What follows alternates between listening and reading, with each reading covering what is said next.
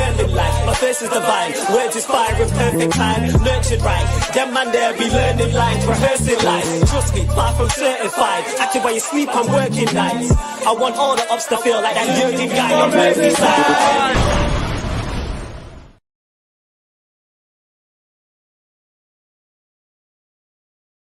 Why the fuck did that reload twice? Big up everybody that's locked in. Don't know why the fuck that popped round twice, but if you guys haven't seen it, Gender FC, fucking Jerseys FC down in the description below. Check it out for all your affordable Chelsea kits. Use the code CarefreeLewisG for 20% off as always.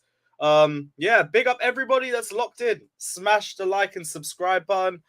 We're going to talk all things Chelsea United. We're going to sadly go into this Ronaldo news again because it's reared its ugly head again. And I don't know if it's Alex speaking it into existence or not, but a 6-month deal might be on the cards, even though I don't get how that makes any sense at all. And why would Ronaldo want to go from one bench straight to another bench? It makes no sense to me. But yeah, we'll chop it up. We'll talk about it. Big up everyone that's locked in. As always, smash the like and subscribe button and say no to Ronaldo, no to CR7. You know what? Let it run. Let it run. I don't care. Spam no to CR7 in the comments. I was on for it in the summer. I am not on it now. You guys know my stance. As soon as we got Aubameyang, we didn't need it. We didn't need it. Alex, I'll try and send the link through quickly. I'm going to just scroll through the game quickly. But big up everybody that's locked in. As always, hit the like and subscribe button. We've got over 100 of you guys in here already. Love to see that. Love to see that. Big up Texas Blue saying, so now that makes Newcastle better than us in the moment. Yeah, we dropped to 5th, didn't we? But we're also 2 points behind Tottenham and Newcastle. So I'm not too fussed about it. Obviously, you don't want to drop out of the top 4, but it's fucking October. I'm not going to lose my mind about it too much. We already know the issues with the squad. We already know where we need to improve on. I'm not going to be pissy about our position on the table. Right now, the thing that annoys me the most is just the way that we're playing in general. I knew this United game would be hard, but I didn't expect us to completely bend over for them like we did in the first half. Make no mistake, that first half is, I think, the worst I've seen Chelsea get dominated all season because they didn't even get out of second gear. They were just pinging the ball around our ground for fun. The only thing that we were lucky with was that they had no end product. And Sancho's just arse, by the way. That's the first time I've actually properly watched him live. Fuck me, is he shit. He is terrible. And if he's in that same vein of form by the end of the season, them United fans will turn on him. They have to, because he was 100% holding them back. Big up everyone. Vason Wow, Ariana Cooper, Big Ron, Jaden Sancho. Thomas says Mount is back to his normal self. Yep. Bro reverted straight back to type. Big up old Havertz, Kai Hards. That's actually a cold name. Fair enough. Highlight was Covey going off in budgie smugglers. Yeah, I don't know who asked for a player's shorts. Like, that's just fucking weird to me. But whatever, frame it or do whatever you want. Do whatever you want. Arpan says Pies has an agenda against Potter. I wouldn't say that. I think from what I was reading through the timeline, I think he was just questioning how much the football's changed since we've gone from Tuchel to Potter. Guess you can have that talk if you want, but like I speak to Pies, he ain't got a Tuchel agenda. I mean, he ain't got a Potter agenda.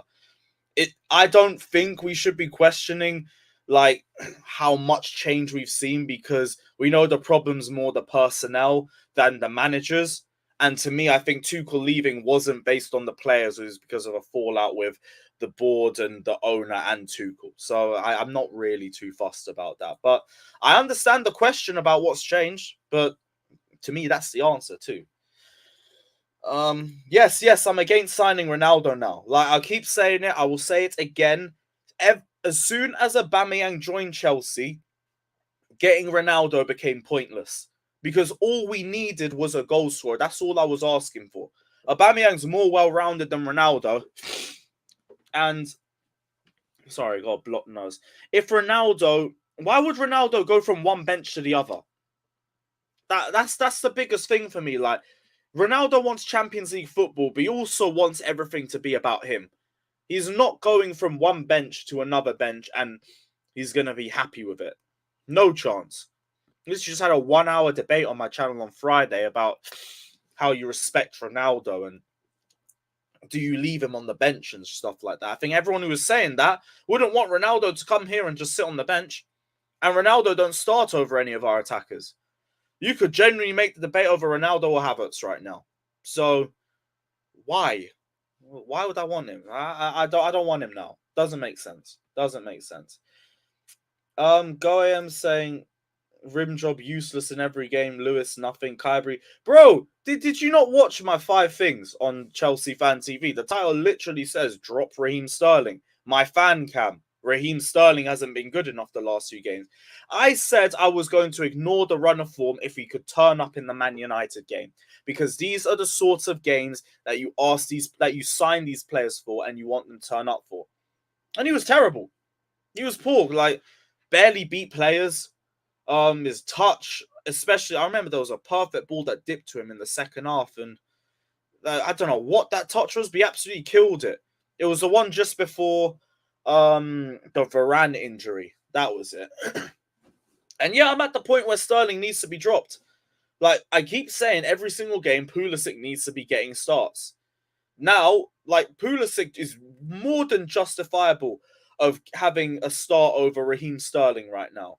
Sterling needs to be benched. Like, I don't understand. Go AM, you have the hardest Havertz agenda. It is near Johnny level, my guy. Nobody even mentioned Havertz, and you have brought him into the conversation. Havertz didn't even come off the bench, and you are bringing him into the conversation. I do not understand this, my guy. You could have brought up Pulisic, you know, and your entire point would have been justified. But you brought up Havertz. Why are you bringing up our worst forward? Why? Like, yes, sell him if he breathes once. I don't care. Until he performs consistently, sell his ass. Sterling, like, needs to be benched. Energy is the same. Energy is completely the same. What else do we say? Everyone's talking about the Tottenham game. Yo, Tottenham are fucking shit, bruv. They haven't looked anything like the squad they did at the end of last season. And I was saying, like, in the last few games, I don't think the way they're playing is sustainable. But if we're talking about a top 4 race, if Tottenham keep playing like this, they ain't going to be involved in that. And that only makes things easier for us. Only makes things easier for us. Why is everyone asking me what shampoo I use? I don't even remember the name of it. I can't lie. I don't even remember the name of it, but we move. Where's the source? Like, where? Big up everyone that's locked in, though. Hit the likes. Hit the fucking likes. What else is everyone saying? Newcastle are going on the radar. They work so hard. Yeah, you know what? Newcastle might be the one that replaces Tottenham in that top 4 race. Or they just add to it, it becomes even tighter. I don't know, because Newcastle definitely have the squad to at least challenge. Do they have the experience to do it over 38 games? I'm not so sure about it, but I wouldn't write Newcastle off either. They're a very good side. I didn't think they'd break into the top 4 until next season. But they're in there already. If they continue in this run of form, there's no reason to say they can't be in the race. I don't know if they break top 4 this season. I don't know. I think they could come close. But I think next season is when you really start to see Newcastle become a problem. I don't know. Right now, I think they're just going to worry people. Well, we're going to talk about Jorginho now, or is he world class? What do you want me to say? Jorginho was poor until the second half. And then the second half, we regained a bit more control. I thought the whole team was poor. So why are we going to talk about just Jorginho? Like, Ruben was poor. Chilwell, Cucurella. Other than Chalobah, like, who stood out? Who stood out in that game?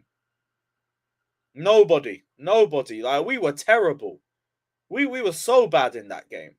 So I think we've been talking about Jorginho. We can continue to talk about Jorginho. Like, what's his name? Man United absolutely schooled us in midfield until we put a third midfielder on. I was saying in my previews, I wanted 3 in midfield because we were going to get battered with 2 in midfield. And we got battered with 2 in midfield. So, I don't know what to say, bro. I don't know what to say. Let me scroll through these comments. Again, I'm a bit late. I can't even tell you Mount's stats against the top 6, but yeah, they ain't good. They ain't good at all. Mount, like, purple patch of form for 3 games and then this crap. Don't know what he did in the game yesterday. Was just there. Lost the majority of his duels. And I think even Jimmy Floyd Hasselbank said before the game, like, Mount needs to create more. But hey, well, when I say it, when I'm the one that says it, I have an agenda and I have to apologize for all my crimes against the great Mason Mount. No. I was getting at Mount at the start of the season because he was inconsistent as fuck. And he has continued to be inconsistent as fuck. That's why I just call it as it is on a game-by-game basis and don't be a player stan who tries to get at people when the player that they're fucking rimming off is having a good game. It doesn't make sense. Doesn't make sense at all. Questions need to be asked about Sterling. Yes, I completely agree. Sterling came to Chelsea because he wanted to be the main man and he wanted a bit more respect put on his name. So the responsibility with that is that you need to be consistent throughout the season. We can't be having these runs of bad form. And like, I do think there are areas that like aren't suited best to him, like he is picking up the ball too deep and stuff like that. But still, you can't make those sorts of excuses when you want to be the main man. You have to be able to find your way out of those sorts of situations. At the least, you need to be beating players more, or you need to be making more chances, or you need to be more decisive when you get the ball in good positions to finish. But he's not doing it. He's not doing it. And he needs to be benched as a result of it.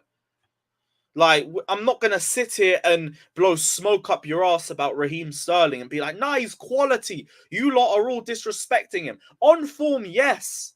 But, like, we need to see you on form. When you're not on form, you can't talk about what you did in the past.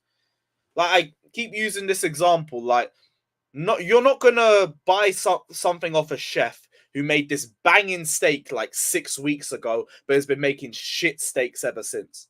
No, we're not gonna just look back on that brilliant steak you made a long time ago. No. We're looking at what you're doing now. And you need to start turning up more.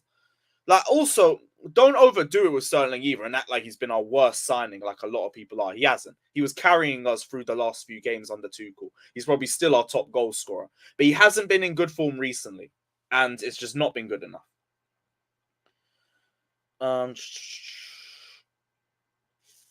What else is everyone saying? Because I am very late on the comments, as per fucking usual. It's not even about GNA with Sterling for me. The guy's playing like Kai. I understand it.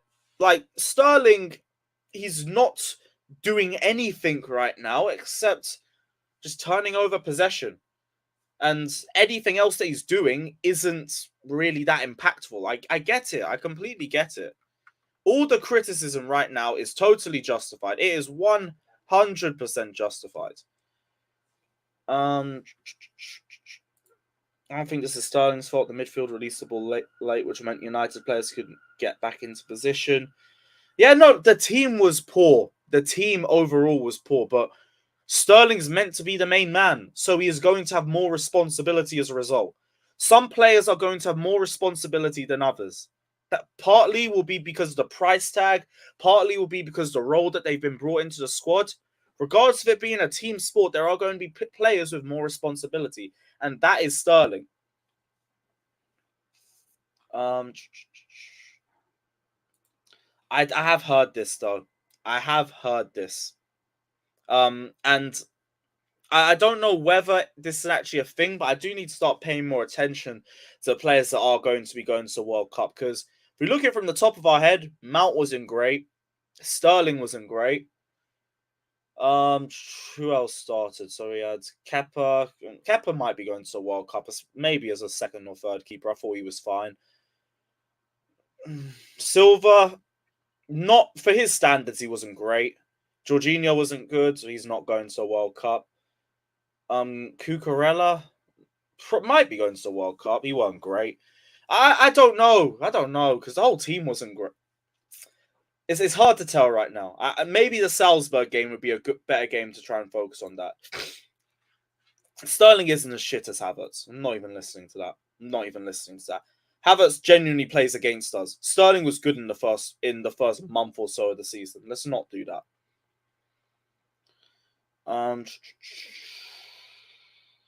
What else is everybody saying? 230 of you lot in here. Hit that like button, people. Please hit that like button. Because I know we ain't got 100 likes.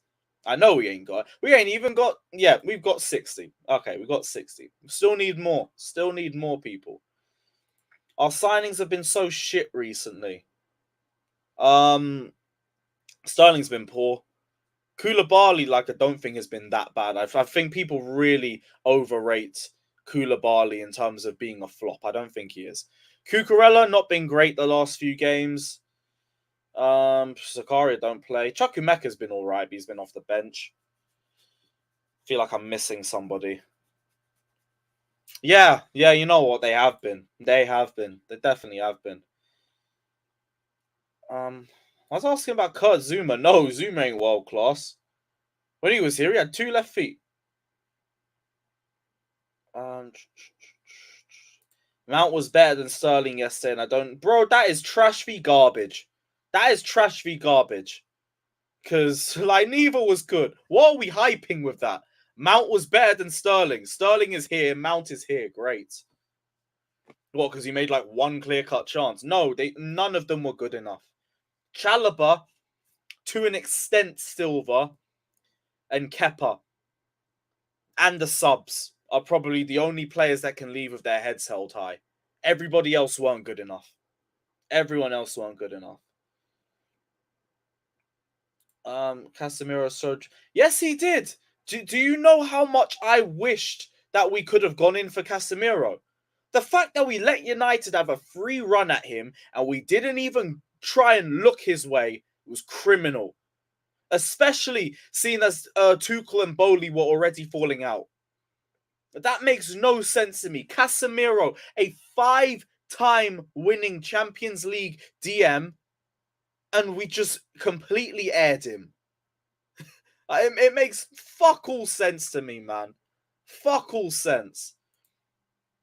Bro, and by the way, you Havertz stands are absolutely fucking unbearable. Do you know how many people have brought Havertz up to me in the last 24 hours and this fucker didn't even come off the bench? Rest! Rest like Havertz! Fucking rest! I'm glad I can't blame all this on Havertz. We would have lost if he was on the pitch. So please don't bring him up like he would have contributed positively in any way, shape or form. Because he wouldn't have. I don't want to hear it. I don't want to hear it. All right, what else is everyone saying? The midfield we have now isn't good enough. Well, we knew our midfield wasn't good enough, though. I've been saying the whole season, every game I go to is just going to be all defined on our midfield. And I rarely have faith in whatever midfield we put out. Even when I do, they don't put out the performance. So, no. Send the link to Monster. If Monster wants a link, I'll send it over. I don't mind. Is he in the comments? I haven't seen him yet. Rim job is slightly better than Trashford, but worse than Pulisic. Overrated Pep system merchant. Havertz is worse than all 3. So, sorry, my guy.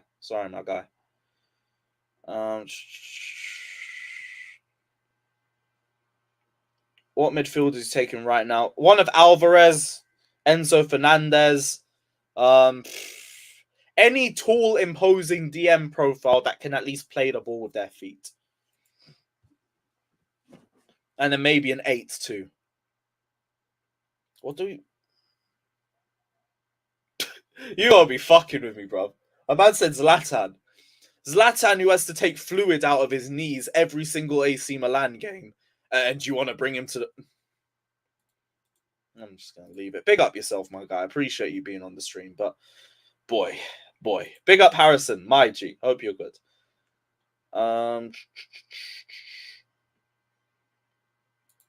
Weak excuses. Maybe they're just shit. No one gave that excuse to cut.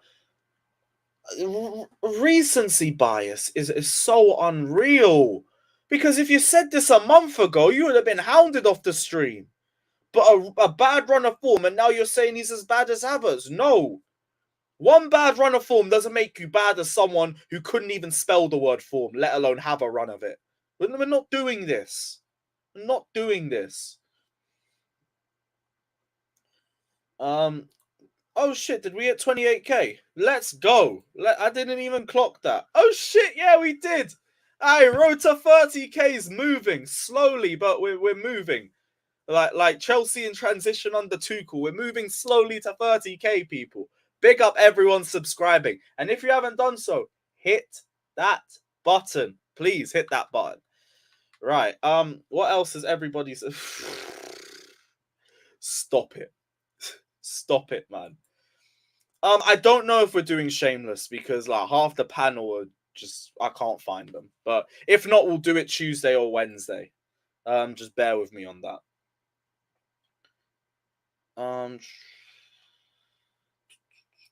You can tell. Thank you, Scott. Because I'm saying Sterling needs to be dropped, but I'm not closing the book on him. It's his first season at Chelsea. I have said Sterling will come in and improve us, but Sterling isn't going to be a big change for Chelsea in our attack. It's getting other players and building the attack with him, not around him, but with him. That would make him better. We know Sterling plays his best with a proper number 9 next to him. We need a creator next to him as well. We need a quicker midfield around him too. Not just to get the best out of Sterling, but we'll get the best out of the whole squad too. And when the squad plays better, I guarantee you Sterling's numbers will as well. The thing we need to deep, and the thing that Sterling needs to deep as well, is that he ain't really the main man like that. He isn't. He's a guy that improves your squad. He is still our best attacker. I don't give a shit what anyone tells me. He's our best attacker. But he's not in good form right now. And I don't think Sterling can be trusted to carry a team through a season. I don't think he can do that. I think he would be better with better players around him. And then he would be a very good part of that squad. But people doing this whole Timo Sterling shit, saying he's on Havertz's level, you need to get a fucking clue, man. It's nothing like that. It's the midfielder. It's the midfield. Stop blaming Jorginho for everything. It's the midfield. Like, it's not just Jorginho. We're acting like Ruben was good too. He wasn't. Kovacic helped the midfield as well when he came on. The midfield was struggling before he was on that. Mount was poor. So it is the midfield. It's not just Jorginho. It's such a tired argument.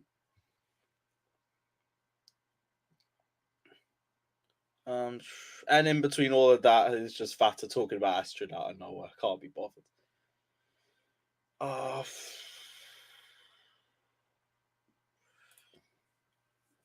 Yeah, I'm seeing a few people say that now, and I don't even blame them. We got nearly 300 of you, man, in here. Big up everyone. Hit that like button. No Jorginho convo. Jorginho struggled in the first half. When we took more control, I thought he was a bit better. But yeah, well, we're acting like Jorginho had a disaster class and the team failed as a result of that. It wasn't Jorginho. It was the whole midfield. If anything, it was the whole team. The attack was poor. Aubameyang's touch kind of let him down, but I don't really have too much energy towards Aubameyang because he never got anything clear-cut. Sterling weren't good enough. Mount weren't good enough. The midfield weren't good enough. Aspi wasn't good enough. Even Silva got caught out a few times. Chilwell weren't good enough. Cucurella weren't good enough. Jorginho weren't good enough. None of them were.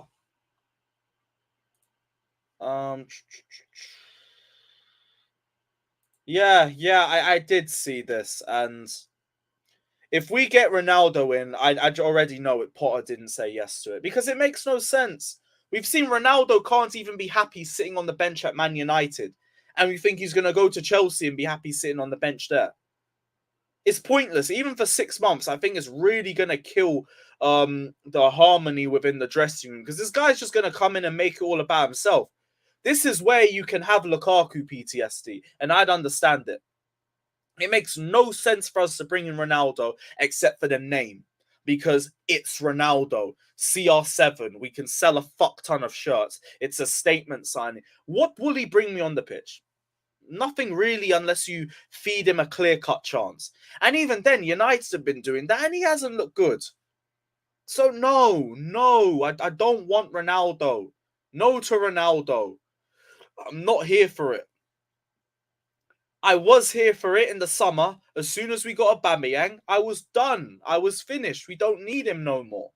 It's pointless. Unless, God forbid, Aubameyang has a season-ending injury. I am not interested. I am not interested at all in Ronaldo. Simple as that. Yeah, big up everyone. My guys. Exactly. That's why I'm not going to have the same energy. But don't hold that against me when I've been consistent on that since I started YouTube. I have always given new signings the first season.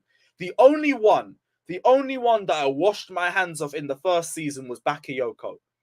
And that's different. And I'm sure everyone can understand that. I gave Morata his first season. I gave Werner his first season. Havertz, Ziyech, Pulisic, Lukaku. That was the only thing making me back Lukaku. Sterling, Aubameyang, all of them. First season, I will always give you the benefit of the doubt. The second season is when I need to see you start showing consistency. I have to, because now you've bedded into the squad, you've bedded into the style of play, I now need to see results. And that's why I always also say Premier League proven is a load of bollocks. It's about how you fit the system. Bro, big up J-Cam. Why is everyone getting at him? Yo, actually, if that's the reason, J-Cam, don't time people out for their opinions. If they're saying something racist, sexist, all of that, do it. But if it's opinions, don't do that. Don't do that. Right. Let's refresh this. Yes, no to Ronaldo. Keep it going. I'm not here for it. I'm not here for it. Ben Jacobs also said Bowley won't go against Pod, just like he didn't go against Tuchel. Yeah, but apparently wasn't Tuchel not wanting Ronaldo one of the main reasons for their fallout? Like, I know that won't be the same because we've given him a long-term deal, but I still feel like Bowley will try and press for him. And I just hope Potter doesn't fold. Because we don't need him. It's such a bad move for us. Mason Mount was okay, even though he's average. He's the only competent. What? What are you talking about, man? I thought he was poor. At least he can control the ball. Yeah, but he lost like most of his duels and he didn't do anything with the ball. Takes way too many touches, same as the rest.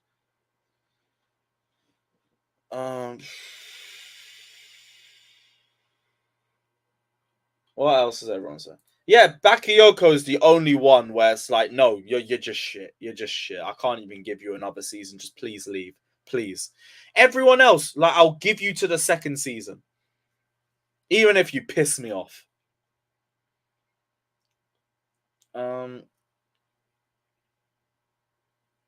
Sweating like a lizard, passion pressing Lewis better than my idol does on the pit.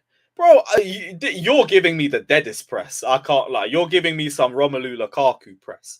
Because anything you're saying about Sterling and Potter just goes in one ear, out the other, because you stand Havertz. And you can't stand the worst attacker in our squad and then get at them too. I can't hear it, bro.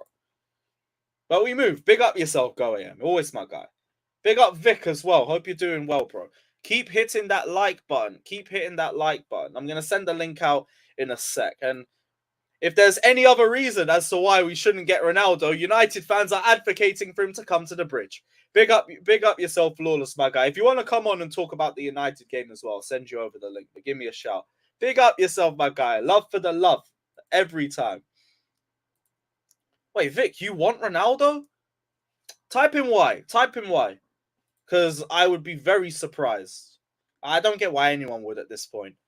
When we didn't have a goal scorer, I got it. I advocated for it heavy because I would have took Ronaldo over Havertz up top. I don't care. Shoot me. I don't care. Now we have Aubameyang. And Brozier's also getting a bit more confident too. I don't need him. I would rather just put Brozier up top and just let him grow through the season. Nah, you're after chaos. You're after chaos.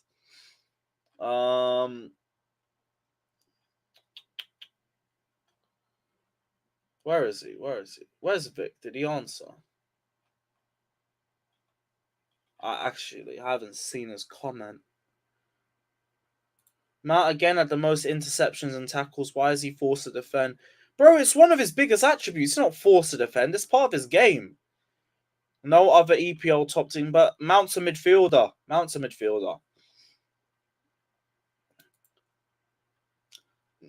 Listen to Potter. Fucking listen to Potter if this is true. Don't say anything to him. Just pay the money and shut up. If that's what he's saying, I don't want to hear a word. Imagine, do you know the level of rage you will see on this stream if we go for Ronaldo and leave Ivan Toney out in the cold? Don't even, bruv. Ivan Toney is like the Drogba regen. Like, I was infuriated that we were going to go for Aubameyang over Toney, but like, I'll take it. I don't mind. But if we're serious, fuck Ivan Toney over anybody, bruv. Don't even piss me off like that. Don't piss me off.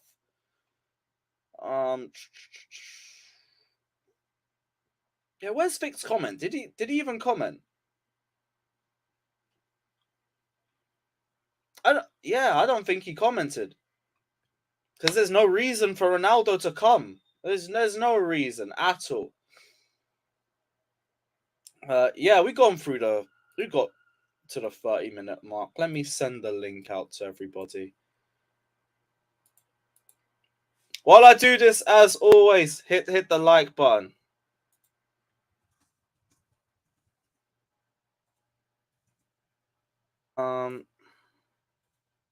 Cool. Yeah, Alex, I see you there. One sec, bro.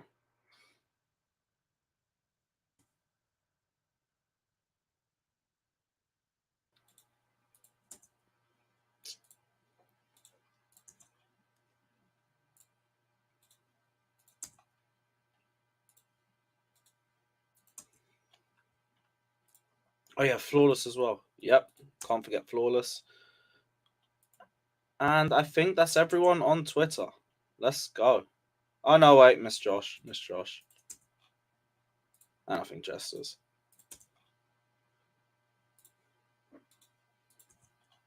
Cool. Now that's everybody. I'll just quickly fire it through to everyone on Insta and we'll be done. I don't even know how many people will hop in though, because we don't get a lot of people on the weekends. If that happens, I'll just send the link out into the comments. But hey, face cameras, please, because I don't want to get caught out like Tobes did.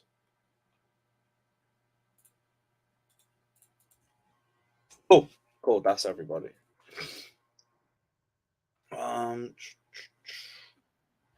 Cool. Yep, that's it. Alex, VJ, what were you guys saying, people? What are you all saying? Yes, chilling. First thing I'll say, I'll take Ronaldo. No, fuck Ronaldo. I know you would, but actually, I don't even want to go back into the debate. But yeah, I know you debate with the guy on the YouTube, and you're waiting for him. When would he gonna answer me? Did he answer my comment? Why would he take? Like, I was waiting for it, but as what I'm saying is like, what my question is, okay, you're not gonna get it. This is the only chance we can drop Mount into the midfield. No, you want to play. So, what would your front three be with Ronaldo? Different. Rodrigo, you have a worse Wi-Fi than our team performance yesterday. So drop off and get up to Walmart Wi-Fi. Yeah. No. So, what would your front three then be with Ronaldo? Sterling, Ronaldo, and what's his name? Aubameyang. But actually, no. Hold on a second. I don't care. The reason why I don't care about Ronaldo coming or not is because I don't care about this team anymore. That's it. No matter people saying like, "Oh, it's Thomas Tuchel," it's what's his name? Oh, now it's Rodriguez. No, as well. People used to say it's a Tuchel, the way Tuchel play, it was terrorist football. Tell me the difference between those two playing. There's Zero. no difference. Zero difference. Nothing. It's not the managers. You can fire all the managers. You can do whatever you want. You can do whatever you want, whatever tactics you want. You have bums in this team. And when people telling me, "Oh, Ronaldo and United will improve it," you don't know, because we have bums in this team. I think even if we had better midfielders or something, I don't know if Ronaldo helps it. But I completely agree with the sentiment. The problem was never the manager. The problem was the personnel. It was the players. The midfield isn't good enough. We already knew that and came to an agreement. The attack, yeah, but why you complained about the football and well, not you specifically. Why Chelsea fans are complaining about the football then? What when No. Tuchel was in never charge? play- When Tuchel was in charge. When Tuchel was in Because you will charge, they never- called terrorist football. Because people Yeah. are spoiled because they want to win. That's why they are spoiled. Okay, is it terrorist football yesterday? Yes. No. Yeah, he was. He was. No. Here's your answer. Worst. It was the worst game of the season. Worse than under Tuchel. Only first half. I can say But first half only. Did we play First half. defensive or were we just outclassed? Look We were at the game outclassed. against Leeds, fam. I say Man, first man, half. Then that's not defensive football. United were just better than us. Yeah. Yes. But But it was the what midfield I'm gonna say yesterday. is It that wasn't defensive football. it was very defensive. Do you watch the game last year? No. When we United. No, United it wasn't. had majority of Rodrigo, possession. what are No, you talking and we no, could never no, get the ball no, off. no, I think the no. difference Rodrigo, between- stop, no. bro. You're just waffling now. See, I think the I'm difference not between waffling. what we I'm not start. waffling. I'm telling you the truth. No, stop. Honestly, stop. We play United Number one, last year. We had can I more just say, control. hold on. than before they- you- Wait, let before you- Father speak. Wait, let Father speak. Number No. one, what you got to realize is that Kovacic yesterday, the news just came out yesterday around like 30th minute. Adam Newson just reported that Kovacic sustained a knee issue. That is why Kovacic was left on the bench yesterday, and Potter had to manage his minutes. That's why Cucurella and Chilwell was starting. That's because we haven't got any midfield left, and we haven't got any Okay. defenders left. So if he had the injury, why would he came in the 34th minute? Facts. Yeah, Because Gallagher we was were getting there. battered in I'm midfield. asking and they- Fatter. Go on. Please tell me, What? Dr. Fatter, why did Go on. guy with a broken knee came on the 34th minute and played like nothing happened? Because we had no one left in our midfield. Who's going to play in our midfield? You want to play Gallagher. Gallagher in our midfield? Hold on. Yeah, Gallagher's there. Cucurella, we have to sacrifice Cucurella because Wasn't Gallagher still ill? That's not my question. My question is, you said Kova had a knee injury, right? yeah. So The same if he knee had the issue, knee but a injury, minor- why was a he in the minor- squad? Why minor- he came in the 34th minute? Well, who we got then? Like he was going to start cover. He changed his mind. Then let's move on. I I think. don't I think, think. I don't think you What's gonna- understand what. Alex, he was going to start cover regardless. He changed his Yeah, mind. I think for Temizi, Kovacic had a little knock or something. Like, Even yeah, if that's why he didn't start. He was going to start. no. Even after Kovacic came, we slightly improve our midfield, but did improve the outcome of the midfield. No. It's Jorginho. We never disagree It's about not that. We agree Jorginho. on Stop that. blaming Jorginho. Only me can blame Jorginho by himself. But it's whole Am I midfield. dreaming? Yeah, It's the whole midfield. There's Yeah, that's- there's nobody. Who said Loftus-Cheek and we Jorginho, disagree yeah. on that? They were Like, just we- inviting pressure, like nothing. We I agree don't on that. understand. We love the battle on midfield. What Hey, bro, he's what in, in he's the in Dalek space. is that? He's in space, blood. Fathead, you I moving blood like him. that. Ah, he sounds like a If I may just add one thing, Cyberman, right? bruv. Oh He my was in god. space, you know. Right. Zaya, if you That's don't it. want to be banned, please watch what you say. Rodrigo, bruv, it ain't working, man. It's not me. It's not me. It's not Rodrigo, it's Fathead. Thank you, man. Who's doing that? Bruv, Needs to that stop mic, that. bruv. Bro. His mic is the midfield. Ah, I'm dying, bro. Hop out and back in. That's unbelievable, man. But yeah, man, this midfield is so bad, man. Like, I don't know It's the why they were just inviting pressure. Even Jorginho, his touch, and Loftus-Cheek, they were just losing the ball as well. They were inviting pressure. we couldn't like United. They're supposed to be a counter-attacking team. We were supposed to be having the possession, and then somehow it turned over. So honestly, this midfield, yeah, we're not going No, anywhere. yes, I watched the game twice.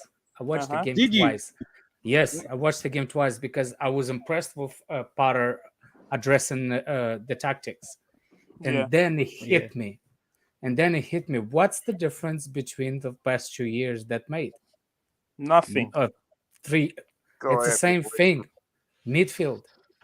And I'm not Can I- blaming can I only add something? Jorginho. I'm not blaming only Jorginho. I'm blaming all of them. That's a fact, man. It's the whole midfield in I think general. what Like, is that's why I say I out got of no confidence going into whatever I think game. Somebody we have. asked me about the West- Snapchat. What's Snapchat? It's a What? social media app. He's trying to chat you All right, up. I'm gonna say things. Oh, Potter said like he's Dude. been nursing his knee all season. Pretty much, you look at the schedule, it's impossible for him to start games. Well, Guys, it's so quickly a blatant- couple of points. Well, it's so obvious that Kovacic is way like he's not 100% yesterday. We can agree on that. So Yeah. him No. He not needs to do starting yesterday- we're surgery. not gonna agree with you on that. But Him not he needs starting- to do surgery. Yeah, but him not starting yesterday has nothing to do with the ability. It's all about the management. So Yeah, I mean, I actually think he improved us in the midfield when he came in. So I don't know what kind of injury you're talking about. Maybe there's some kind of discomfort, but Me- he's actually the only one that leveled a midfield to somehow release the pressure from Man United pressure. He improved us in the midfield. But my point is, he's the same one as the Robin Loftus-Cheek, as the Jorginho, that when they good at the back. But that's not my point. That's not my problem. I don't care how good they are at the back, recycling the ball. When Jorginho or Kova or Robin Loftus-Cheek, when they finally get the ball and they go upper to the final third, they all donkeys. That's it. I'm just Who- gonna say who's this. supposed Can I to add just a create- couple of points here? Yeah, Sorry. go ahead, VJ, because I'm done with this team. All right. See, the thing is, this is what I felt from yesterday's game. It might look as though we haven't performed very well yesterday. I know Alex is pissed off of the performance. I think the difference between the other games that we play and the game that we played yesterday is because when we look at a team which is counter-attacking and not in possession, Yeah. hats off to Manchester United for the way that they maintain possession. I think it's got a lot to do with how Eric Ten Hag has aligned the team, has coordinated the team better. Yeah, I think it's a reflection of that on our performance. There are two distinct points there. Manchester United playing better, being coordinated as a unit, Yeah. and as a reflection of that, Chelsea looking bad. That's one thing that we have to realize. And on this Ronaldo point, because I know a lot of people are going to be jumping in on that, so I'll just quickly close that as well. For me, in the 3-4-3 system, at least what Potter is right now implying, the work rate of your striker is pretty much high because you need to be on the defensive front as well. You need to contribute to the defense, fall back and be the way that modern strikers are expected to be.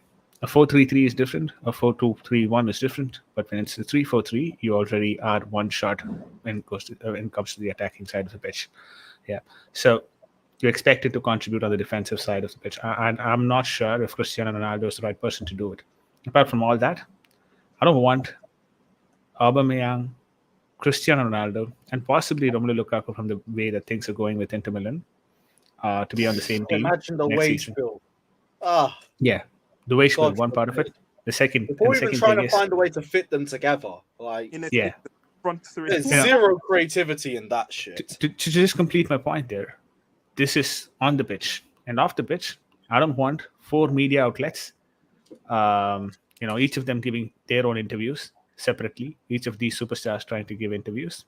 Yeah, it's not going to work out for us, and it's never worked out for Chelsea because Chelsea has been, owned by a club where, owned by an ownership where it was all streamlined, and now if things go haywire, I don't think so. This leadership group or the management group is capable of handling it at this point in time. Maybe over a period of time they will learn how to do it, but right now, it's a new leadership group, and maintaining these many stars with no proper, experienced board to handle them is a lot of risk that I would probably not want Chelsea to take right now. I understand from a branding perspective what Todd Bowley thinks about this, but football is not just about branding. Football is more about what you do on the pitch, and it's not just Cristiano Ronaldo who can score goals, like how Lewis mentioned.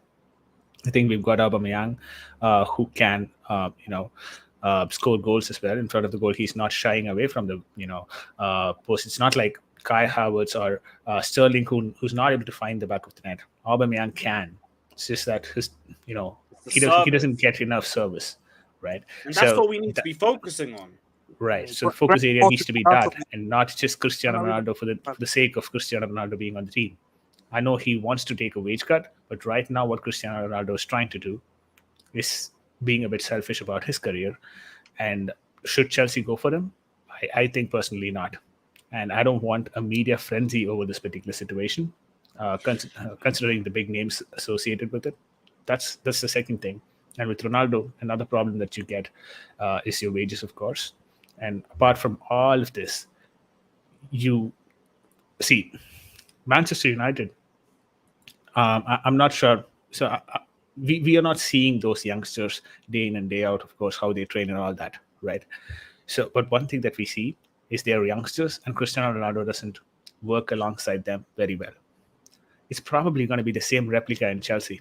We could say our youngsters are better, our youngsters train better and all that, but the reality of the situation could be the same.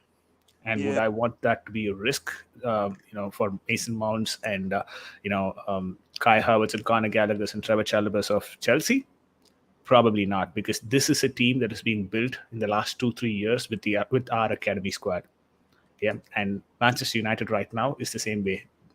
Maybe not their academy squad, but still very young players on the squad. And Ronaldo doesn't agree with the methodology and the trainings of, what those guys think. It could be the same replica once he comes into Chelsea, and that's just gonna topple a dressing room. Going to come make it all about himself. It's just exactly. And imagine he's a legend at United. He's treating that club like that. He has no affection for Chelsea. How is he? And no affinity also, right? So he doesn't have to do all that. He doesn't care. I think when you talk about Graham Potter, I think he's out of his depth. I think what? I'm serious. For the last, how is Potter the one we're gunning for these performances? Go on. I want to hear. And that was my fourth point as well.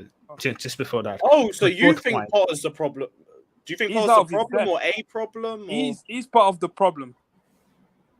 Why is that? I think Graham Potter, as a new coach, you come into a team, you need to stick with one. I use an example. When Tuchel took over Lampard, I could see immediately how Tuchel wants to set up the team. People may not like Tuchel. They think it was too defensive. We went to a 3-4-3. He stuck with that 3-4-3. Obviously he makes changes in with the lineup, but he stuck with that formation until it was drilled into the players. The first 6 months under Tuchel, I saw something. I feel like this manager has what he wants to do. I think Graham Potter's now. What did you see? What did you see? I'm not seeing anything. What did you see on the Tuchel? I'm telling you what I saw on the Tuchel when he came in. Yeah, what did you see on the Tuchel? A championship league trophy. That's what I saw. Exactly. That's what I saw as well. And I saw a very defensive. So the problem, Lampard. What was the issue with Lampard? We were conceding way too many goals, right? So when Tuchel came in, revert to a 3-4-3. I'm talking about the 6 months. I'm not talking about last year, right? I'm talking about when he took over.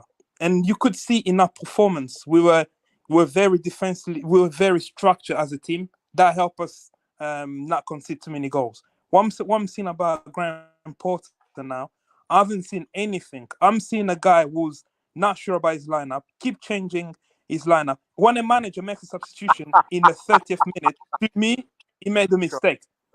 First of all, he made a mistake. He has to rectify that. I applaud him for doing that. Fair enough. Kudos for doing that. But that means he made a mistake in the first place. In a Villa game, again, made a mistake with the lineup. In a Brentford game, again, made a mistake with the lineup.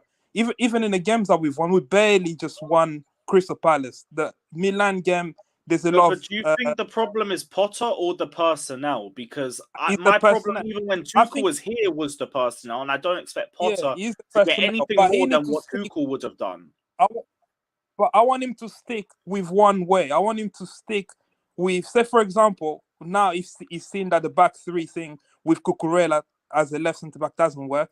I don't want to see that again because he's seen it twice against Aston Villa, seen against United, didn't work. I don't want to see it again. But what was the other options in the back? He could have played back four yesterday. For a back five. He could have, and actually yesterday was worse what he did because we didn't have a defender on the bench. He could have left Cucurella on the bench just in case. Was Koulibaly injured? Was he injured? Yeah. He had a knee injury. Yeah. So he could have played back. Koulibaly's injured, Fofana's injured. Yes. So why did he play the two? So what would you play? So that's the question. You only have one fit. What you only have you don't have enough defenders. What would you have a formation that play three defenders at the same time? He could have left. See, his mistake wasn't doing that because of the lack of defensive options. The mistake with that was the midfield was going to get overrun. And that's why I didn't want to see us play a back five. But in terms of playing it not having any defenders, I don't think that was the issue. No, I'm saying that the mistake is he put an extra defender when we know we don't have we didn't have a defender on the bench yesterday. You know that.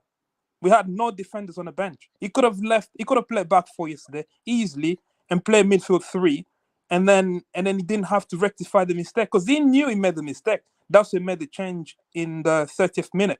Took off Cucurella. And I think this is gonna cause a problem in the future. If Cucurella he keep getting sacrificed like this. I know he's this player. He won't always get sacrificed like that. I think Paul will learn from it, and in games where our midfield's more likely to be overrun, which will probably be a lot of games, we'll play more of a back four. I really do hope. Obviously, I'm not saying Potter out. No, don't get me wrong. I still I don't understand us saying that he's out of his depth though, because I can't lie. Ozil before Tuchel got sacked, if we knew Tuchel was going to get sacked, one of our options would have been Graham Potter. I really think that. A lot of top six fans would have taken Graham Potter to replace their manager if they got sacked. Yeah, I still think for the past three games he's made a lot of mistakes, and what's evident is that he came out and made those changes halfway through the game or whatever, and that cost. I think that says more about him that he does make those changes because a lot of managers are stubborn and they don't do it to like the 70 or so minute. With these players, these Chelsea players, I think he needs to stick with one formation, drill into them, drill that formation to them. I don't care about the lineup per se. You need to stick with a formation, drill into them before he start playing Russian roulette. No pun intended. I could understand that because I don't want to see us play two in midfield unless we're playing a team that sits deep on us. I don't want to see us do that because it's not working. If we come out and face us, we get battered in midfield. I've seen zero in many of the games we've played so far. It doesn't. Like I said, it doesn't matter who's the manager is. I'm not crying after Tuchel. He's gone. Blah blah blah. I just don't see no. I don't see no difference with the Potter. It's a like I can't. Oh yeah, no, that I don't even think that's a terrible take to make. Like other than us looking a little bit more direct, not much has changed. Exactly. For me, it's the same thing. Either midfield doesn't pass it to the front three, or when midfield passing, front three can hold the damn ball. Yeah, I think there's no point crying about every week. Any line of part that puts start, it will be compromised anyway. I think the reality is that I think multiple poor transfer windows by not identifying the right players and overpaying the wrong players and so on and so on. And one more thing that happens. Exactly. I'll go ahead, VJ. I will point somebody's comment. It's a good point. Yeah, okay. So I was just saying that one more thing that happens with the difference between Thomas Tuchel's style and Graham Potter is that with Potter, what you get is more attacking, like more direct, you could say, right? Which also means when the strikers lose the ball or the midfielders lose the ball, we immediately lose possession. With Tuchel, we attack very, selectively. And whenever we don't attack, we try to, when we are not comfortable with attacking, we recycle the ball, which means we are more in possession that time. So possession football comes naturally with Thomas Tuchel's game, style of football, because there's a lot of recycling that happens. So we don't like to lose the ball.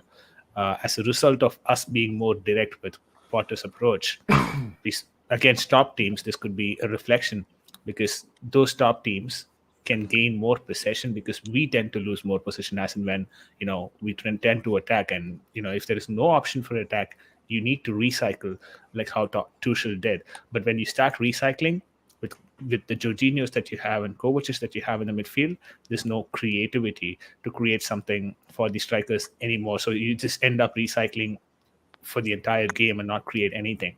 So that was the problem with Thomas Tuchel. Now with the same midfield, if Potter is trying to be attacking and we lose the ball, immediately they gain possession.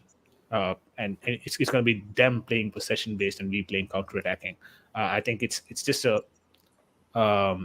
something that you cannot avoid when you attack too much, and if there is no proper sense of attacking in Potter's approach, it's more of a risk. For me, what we did with Tuchel, I see people saying like he played terrace football, but for me, I can see what he was building, even though I didn't like his recycling thing with Jorginho and stuff like that. But that was the reason why. Like you control, you get possessions, and the problem was the finishers. We created enough chances under Tuchel. The problem was there's no finishers. He tried to get the finishers, he didn't have a time. So we move on. But this new regime is more direct, but at the same problem. There's no creativity, no finishing. Now is the two way to think about it. How we do create. The reason why I give up of watching yesterday, there's plenty of chances when you go in the final third and you still go on wide, asking for creativity from the wider players. You know how sad that is? We rely so much on the wide players to create, but we don't play with the wingers. You see what I'm saying? We rely so much on the creativity coming from the width, but and the thing I want to add with that is not even with our midfield and our attacking problems. The problem that I think a lot of people are forgetting about as well is that we have a lot of new defenders and wing backs in as well. And I kept saying like they need to develop an understanding of each other before they are as solid as the back five that we had before that. And that's why I feel like we're leaking. Why wasn't the same thing under Tuchel? Yes, creating from the wings. Okay. Let me ask. No, but I mean defensively, not offensively. Defensively for us. Yeah, like we're leaking more goals because we brought in new centre backs and wing backs to replace the old ones. We have 5 clean sheets in a row. I don't think that's the problem. No, but we looked leaky the last 2 or 3 games. I thought it was saved by Kepa, not by the Lewis. Isn't it just Koulibaly and it's individual chances? It's individual chances. One other thing that we don't see since the Tuchel left, and it's a big. We do not press. We do not press well. We're not organized pressing. You can see the frustration when Auba goes and pressing, and he's like, where's the other two? Sterling I don't know what he's doing. We used to counter press a lot. We used to counter press a lot, and we create chances because of that counter press. Alex, it's a good thing that you brought this particular word, right? Organized press. Always good. Organized press is something that we kind of missed right now, like you mentioned. I've seen multiple instances the last 3 games where Mount just runs in forward and presses, and then he turns back and says there's no one else to press. Right? The same happens with Aubameyang at instances. So these guys press individually without knowing when to organize it, and I think it's more of the role of the coach to get that organized anyways. Sorry, and we got moved yesterday. I think it's we. It's not because Man United was actually good and holding a ball in midfield. It's because how they pressed us in the midfield. We couldn't sustain the pressure. There's no exit rounds. There's no exit for our midfielders. So they had to go long. They had to go back. In the TV3. Are you talking about the TV3 situation before cover came on, or the whole match? The whole match, man. Yeah, even after cover came, we still. Control. But see, that's why I like this guy, because he's spot on there. It was the 3-on-2 that helped us so much. Obviously, we had 2 quality. I agree, and that was my point when I watched the first game. When I watched the first time, The only thing that was impressed me about the Potter, and I was really impressed with you got yourself a really good manager. Absolutely. You got yourself a really good manager, and I didn't think of him that way, but now I see it. The reason why, and people I actually asked yesterday a good question. Why Potter brought, what's his name? Kovacic. No, Pulisic. No. Yeah. After that, at the end of a match, why Potter brought two players, Pulisic and somebody else? Chukwuemeka. Why he didn't? And Chukwuemeka. He's like, why he didn't replace Broja with what's his name? But he brought it and left false 9 situation, and I think I know why. Because I think Ten Hag, there was a chess match between two of them. Yeah. The way they started, Potter was like, "Oh, we got outplayed in the midfield. Their pressure is too high. We need a midfielder." So what happens was, Potter made the move, like in the chess. Potter made the move to neutralize Ten Hag's midfield counter press. So what happens was, Ten Hag looked at. He's like, "Okay, we're losing midfield." He did the slight adjustment. He didn't make the sub, but he made a slight adjustment. He pushed the center mids wider, which would separate Robin Loftus-Cheek and Jorginho from each other. And everybody knows Jorginho needs somebody to be close to him. So when you separate Jorginho and Robin Loftus-Cheek, they cannot hold, or they cannot outpass each other. So what happens? Robin Loftus-Cheek gets cut in possession. Jorginho doesn't have a exit ramp to pass it because he had to pass it back. Our backline is not experienced to play out of pass. They move forward. We lose the possession. There's a tactic. So when that happened, what his name, Harry Potter did, he made the false 9 situation up front. He made the false 9. Ten Hag was big, and I think it was to bite Ten Hag, see if he will make a move. Reflection to his subs. He did, and then he was moving, replaced and put. I'm impressed by Tactician. Fred and Sancho, that was a clever move as well. That was a clever move by managers. And now now you've seen Russian, all the things you say in there that you've seen. Obviously, he's playing against your team. You've seen him up and close. This is why I've been talking with so much confidence in regards to this manager. Are we to be feared? No, but I'm confident going into games because not only do we have a manager who can set us up to win matches, we also have someone who's very, very proactive in terms of switching it around if it's going wrong. I've seen this guy in-game tactics, in-game tactics. I've seen him influence so many different games. Games we've drew, games we've won, where he's done small things and then he's done obvious ones. Those are not small things, man. No. I'm saying no, not against you. I'm just saying in general. I've seen him do small things, and I'm like, that's very smart. What I'm saying, it looks like small, but it's not. Yeah, it's small to the naked eye, like me. You know what I'm saying? And that to someone who's not a tactical, I'm not tactical. I was like, when Kovacic came in, and will literally neutralize the threat what you had for the first 20, 30 minutes against us because we are bad at struggling against you. And we also the move he made, he neutralized that threat. But then it was just the better players that you have up front, split the midfield, and that's it. And we were in the same bucket where we couldn't get the midfielder to how you say it. Kovacic did a lot of good, but I like Kovacic, but he's a bum when he goes in the final third. As any other midfielders, not only Kovacic. They just don't know what to do in the final third. And to be fair, we did the same thing, homework on your front three. Your front three was invisible. You had the good midfield, good setup for the midfield. But Potter's setup, the defense is better after that after the switch with midfield. I'm really impressed by tactician-wise. And that's the reason why I actually watched the second game, because I want to watch it even better to understand it. So when I watched the second time, I was like, no matter what this guy is going to do, we still have bums as a players.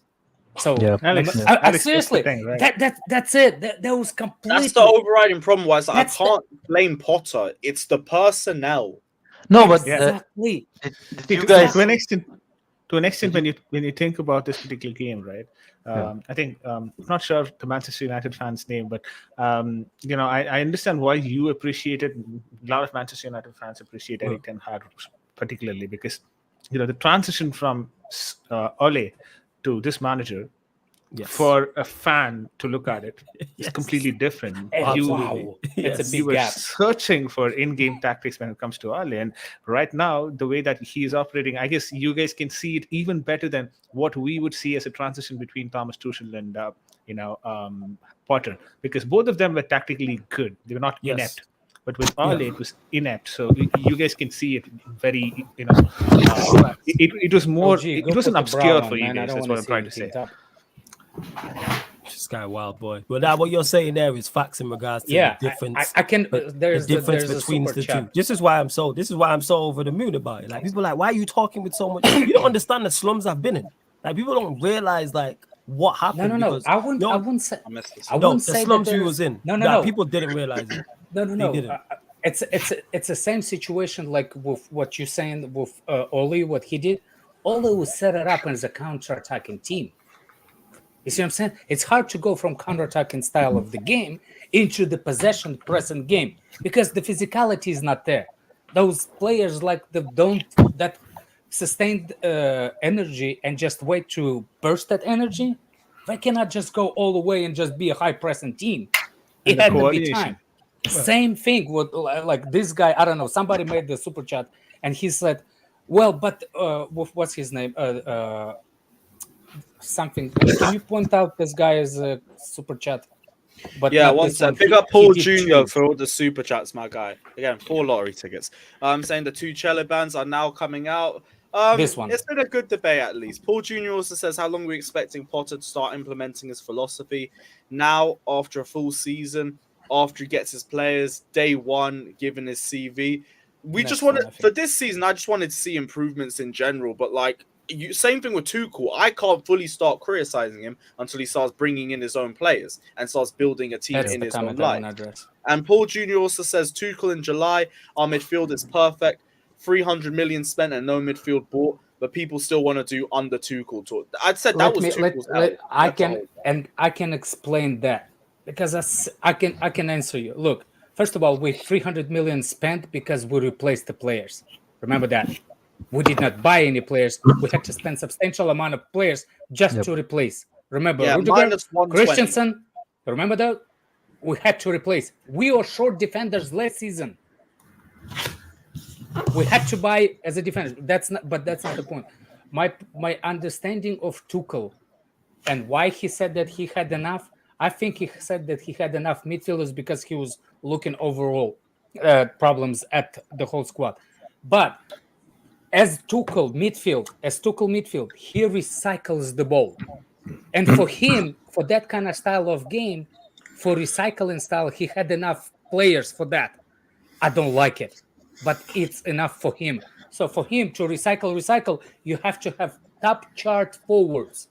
Because if you have the, if you have Messi, you remember that Barcelona team, when they were so pressing that the team couldn't go out?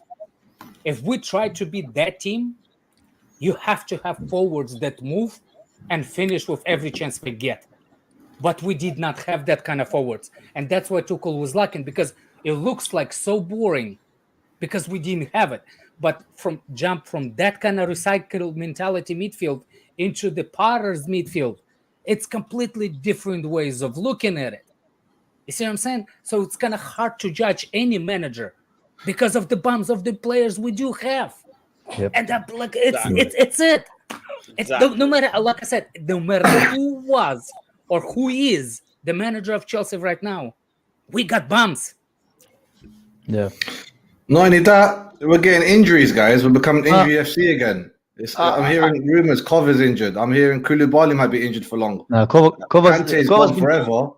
Kova's been carrying the same injury, man. He hasn't really been. He stripped down naked like it's his last game. Like, I'm like, bro. Nah, he had to give a kit to some wheelchair kid. Man. Come on, you like it, OG. You like it, did you? You like that?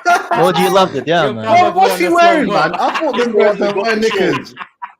Hey, man, but let me speak about the game. Let me speak about the game. Yeah. I think the thing with Chelsea and United, they have a lot in common, man. All of us have a bunch of fucking player hives, a bunch of overhyped players that we like because they're good on TikTok, they're good on Instagram, they're good on the pictures. they're not the best of footballers, but we think that they are because they're likable. You know what I mean? That's how Chelsea and you know, after I watched that game, I was like, man, what happened to these two great teams, man? These are like the original Premier League teams, man. You know, bar Arsenal. You know, if we spoke about, but those are like the original 3 Premier League teams that all of us grew up watching. And I'm like, we are both so fucking shit, man. Like we are night and day from City, man, and it's sad, man. And it's sad. But yeah, the comment I want to talk about. Did you guys see the Jimmy Floyd Hasselbank comments it on was Sky? good comment. It was good comment. What did he say? Mount Lewis, has do you to have it? create He more. said, He's pulling up now. he He said said he's Man making United it was like, shit. he didn't This say was it was before shit. the He game, wasn't by the way. saying Then he Mount was went a out and shit, just man. justified it. What do you say? Mount doesn't provide enough chances for the strikers to score. That's why Chelsea aren't getting more goals. He is definitely trying and is young, but he can't continue like this for long. Needs to get more chances for the strikers. Facts. Is this 1000%. the thing? Is this new news? No, Like, this No, ain't it's, new. Like, to some this Chelsea is fans Hear a it is. pundit say it. this To some yeah, Chelsea this- fans it is, man. This To is some just Chelsea what fans new. it is. Like, you can watch Mason Mount one game and figure out what he is. He's a workman like 8. That's not disrespectful. That's what he is. He's a man of many traits and a master of nothing. Why? This shit Hey, is don't, new. Lewis, is. I'm gonna trademark my statements, bro, on this channel, man. Why have you said that before? Bro, copy and paste for the last Hey, great year minds almost. think man. alike, innit? If it was yours, I'd say I'd be like, Yo, yeah, there's guy, some. it's just There's obvious from some what guy in the 15th century said that before he you just choose. Yes, Swiss knife, That's what he man. is. But did he Swiss say it knife. No, about I'm Mason just saying Mount? about him. He didn't say About him about Mason separately, Mount, yeah. though, did he? You know what Probably I'm saying? Gandhi. Yeah, but Yeah. did Gandhi was Gandhi at the bridge watching Mason Mount? I don't think so. He- You know what I'm saying? Probably before, man. Flawless. Your grandson. He's a Swiss knife for me. He's a Swiss knife. He's good at a few things, but he's great at nothing. Like, I don't know what he's Swiss still. knife without a blade. And I think, you know, like it's time that we try something without him, man. Because with him, the creativity is shit, man. Like literally, like we need to do something else, man. Nah, J5, throw J5 under the bus first, man. Get Ronaldo, man. You don't need to come take Ronaldo, man. What's going Dump on? the whole Yeah. Ronaldo. No, I will yeah, take I'm Ronaldo. not, I know you would, Russian. I'm not saying it's Fine, only guys. Mount, but we need to create a There's different nobody chemistry. behind Mount. There's nobody. Yes. Get Ronaldo, man. He'll create for you. You wish we took Ronaldo. You Yes, wish. I do. bro. That's why I'm here campaigning for. We're Yes, not getting him, bro. yes. Take him. Yes, please. If we get Do you him, know I why will I buy wanna his take shirt Ronaldo? shamelessly. Because we got so many bombs. Take him. Flawless. Take Havertz. Take Havertz, flawless. Yeah, swap good, deal, man. swap deal. That's a swap deal. I We're won't doing get so with behind. Ronaldo. Why do we have to do swap? Yeah. Just take Ronaldo. You don't have to swap. No, you just have him. Take Havertz as well, man, for free. Nah, man, you just give us some magic beans and we good. You know what I'm saying? Just Bro, give us but some yeah. magic beans and that. Like, Can I just finish my point real quick? Yeah. Oh, Yeah, yeah. For me, man, I just like the standards of this club lately, man. It makes me sad, bro. Like honestly, it makes me sad, man. Like today, Willian in 5 games, he literally equaled half of our players' output, man. Oh, don't. For the season, man. 1 game, man. Brilliant. And it's just I'm tired of it, man. I'm tired of these average ass players, Willian bro. has as many GNA this season in the league as Havertz, but there'll still be people like GoAM in the comments section. Bro, and he have I half of mounts with 6 less games, man. And it just it's annoying me, man. I'm honestly like I'm pretty I sure look. Haaland has People are 15 sending goals me in the whole people team. are sending me pictures of the 2014, 2015. You know, the scene that the Fabregas and the Costa and the Hazard trio, man. And I see people Stop saying lying, that we man. have a You don't better have no team now, friends. man. Nobody sends you shit. People have a better team now, man, which it doesn't make any fucking sense to me, It man. is Like, I'm crap. tired of it, man. It is crack, and it's not even good crack. It's bad crack. It's terrible. Bro, yeah, it's like we need like how can the club expect higher the standards if we're accepting these standards, man? Like we literally whatever has happened at United is happening to us, man. It's literally happening to us. Rodrigo, 7 years your back, internet went. At least Your we're winning internet trophies. went same way you went. Just get out. Winter Surfer, that was again, funny on the comment section. Oh, what's Winter Surfer said? What's Surfer saying? Gandhi, Watching he Mountain said make something- Gandhi break his Yeah. vow of non-violence. Jesus. Fair enough. Jesus. Gandhi would be the biggest hooligan if he was a Chelsea fan. He'll be fuming, bro. I wouldn't be surprised. Goyams also said rim job Sterling turned Pep into Grand Wizard Guardiola. Hashtag hate to see it. Hashtag say no to racism. Oh, Scott, this is the last. This last minute is literally everything wrong from Fanbase. Everything is focused on Mount or J5. People just want to run their agendas. Is that Whole team issue. We know the team's whack. We know. I mean, that's literally what's the problem with that team. I mean, last week we spoke so much about Speaking of the Havertz. problem with our team, welcome Ziyech, Stan. What are you telling me, bro?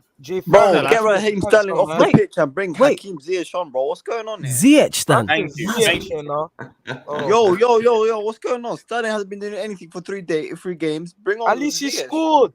That's more than Ziyech in like 6 months, bro. Wait, What do you mean, Chelsea, bro? you lot. The thing is, Chelsea, what I don't understand is you lot actually have good players that you can actually stand. Your Reece Jameses, Thiago But we Silva. gotta change. Why the is there tactics. Kai Havertz, Timo Werner, Keppers? You man just like suffering, innit? And just People enjoy are just pain. into shit people. No, They want to get clout in it. They want to get clout on Twitter, man. I You have really to- don't you get have it. to You change lot, tactics. as much as it You pains know me to what it admit, is? actually have good players. You know can what stand. it is? Because I did the same thing with AC. Everyone wants to jump on the small horse and back them. So when they arise, like, I told you, I got ball knowledge. I know this guy's class. The same thing that happens with like, every single one of As these much as it players. annoyed me, They just wanna like be right. you was hyping up AC, but AC actually was like when I looked at it, I was like, right, My he's thing with actually AC is decent actually centre-back. better than a lot of people gave him credit. He's actually a for. decent How you centre look back. at the likes of Not Havertz decent. and Werner and you want to He's stand them? not. He Makes no wasn't sense. decent. I rate AC probably better technical ability than that fraud above me. But look, the guy had the menstruals once. Yeah, we know he has once tummy a month. aches and stuff, and Yeah. he gets headaches and toothaches. And The problem that's why is he's the out. We problem know is that. the problem is with got that this late. with this scenario. They think that the game is everything is about step overs nowadays. We have a players that we can build the system that can be. It's not gonna be pretty. It's not gonna be tiki taka. It's not gonna be that. We have the play. We have the players to build some kind of system, but we don't have managers that have a guts to change that system to be slightly negative. You don't have to be in a possession for 70 minutes. We had the 70-minute possession versus Brentford. Not Brentford. What's that? The B. What last week? Villa, No, Brentford. Brentford. Brentford is Who do we beast. play? Yeah, Brentford. Brentford's the Brentford. Villa. We had 70% possession. I will give you 40 back. Just give me a little bit more at the final box. I don't need this possession. Wait, so is it your attackers? Is that the problem? It's not only attackers. It's both. It's the midfield. It's the It's the midfield. worst. Not again. I'm not running the J5 agenda. All three of the midfielders are horrible. No, Kovacic is J5. decent, man. J5 Bro, Loftus Cheek and Kovacic is Gallagher. not I'm all guessing. that, man. Bro, I never say he's all that, but he's not better than all those that, two. bro. No, He Kovacic isn't all is that. Kovacic is they all good in a deeper midfield position. Oh yeah, you're talking about offensive, like in the Offensive-minded third. creativity. I hear you. You know what's the midfielder? He didn't play well against Chelsea yesterday, but this is kind of midfielder that we need. Eriksen. Eriksen. Hey, take Bruno. If you want Bruno, take him. You know what I'm saying? No, Don't throw him in take that Ronaldo Bruno. deal. Eriksen. Take him. We need. I'll take Eriksen Bruno. mid- I'll take him. If please do. Yeah, Yeah. Bruno Was is that, good, wait, but was that the Bruno Ziyech stand that? Was that the Ziyech stand that Bruno said is you take better Bruno? than what we Yeah, got. take No, Bruno. that wasn't me, bro. That wasn't I'm me. flawless. Was it not but you? look, Oh, my bad. Fernandes No, actually bro. tries. Paulo, Fernandes do you know actually who I tries want though. in Yeah, January? he's good, man. He runs around, effort, Do you good, know man. who You I know what I'm want saying? in The Our January? hard midfielders don't do look. that though. That's the Yep. thing. Our midfielders they don't care, bro. Yeah, man. The We shed are in look. the trenches. You lot can No, take do you him, know man, who I please. want in? Who You I don't want in rate him. January? People said yes. No. How do you not Wolf rate midfielder. Fernandes? What's the Wolf? Why do I not rate Bruno? Did you see him yesterday? Neves. Still, I but will he's take good Neves in January. though. Yeah, And I bet you when Neves Nah, comes in, Neves is a good Sterling midfielder, will though. be better player. Yeah, I Neves agree and with that. Nunes. We need both What's of them. his name? Auba will be a Aubameyang better is gonna player. be. Yeah. You Auba need is gonna be Cristiano better. Ronaldo. That's what Yeah. you don't need. Bro, man. shut up. You can already see that, yeah. Nah, And I'm not hopefully saying. Oh my God, man! If we had the proper midfielder that can Bruno Fernandes, man. You know what I'm saying? Alex, Take both the Alex, Portuguese just- lot, man. Take bro, them I'll both. take Fernandes. Alex, No, just to yeah, ask man, you take another them both, question man. on Buy, this, right? buy one, Yeah. get one free, man. One Portuguese man, get one free in it. Take them Bro, both. hopefully You- Wolves get relegated. You know, They we can cannot get do in Nunes pairs, and man. They Neves. both Portuguese. We argue too much. No. Yeah, We man. Take could them get both, Neves man. and Nunes. You know, if they get What about relegated. Onana? Yeah. Onana from Everton. What Bro, about what? shut up, man? Let the VJs ask a question. He been out trying to reach. He's gonna pull Gandhi on you, Sorry, man. the one Sorry, the man. Winter Sorry. Sofa said. Sorry, Stop sorry. shooting, man. Alex, just one Sorry, quick Peter, question, go on. right? Since you touched on this topic, how much do you think Graham Potter, being so much used to playing a 3-4-3 with Brighton, played a role in us selecting a manager from Thomas Tuchel to Graham Potter, right? So because you talked about the system and why managers are, fearing about, moving a system, let's say even a different formation, 4-2-3-1 or something of that sort, trying new things.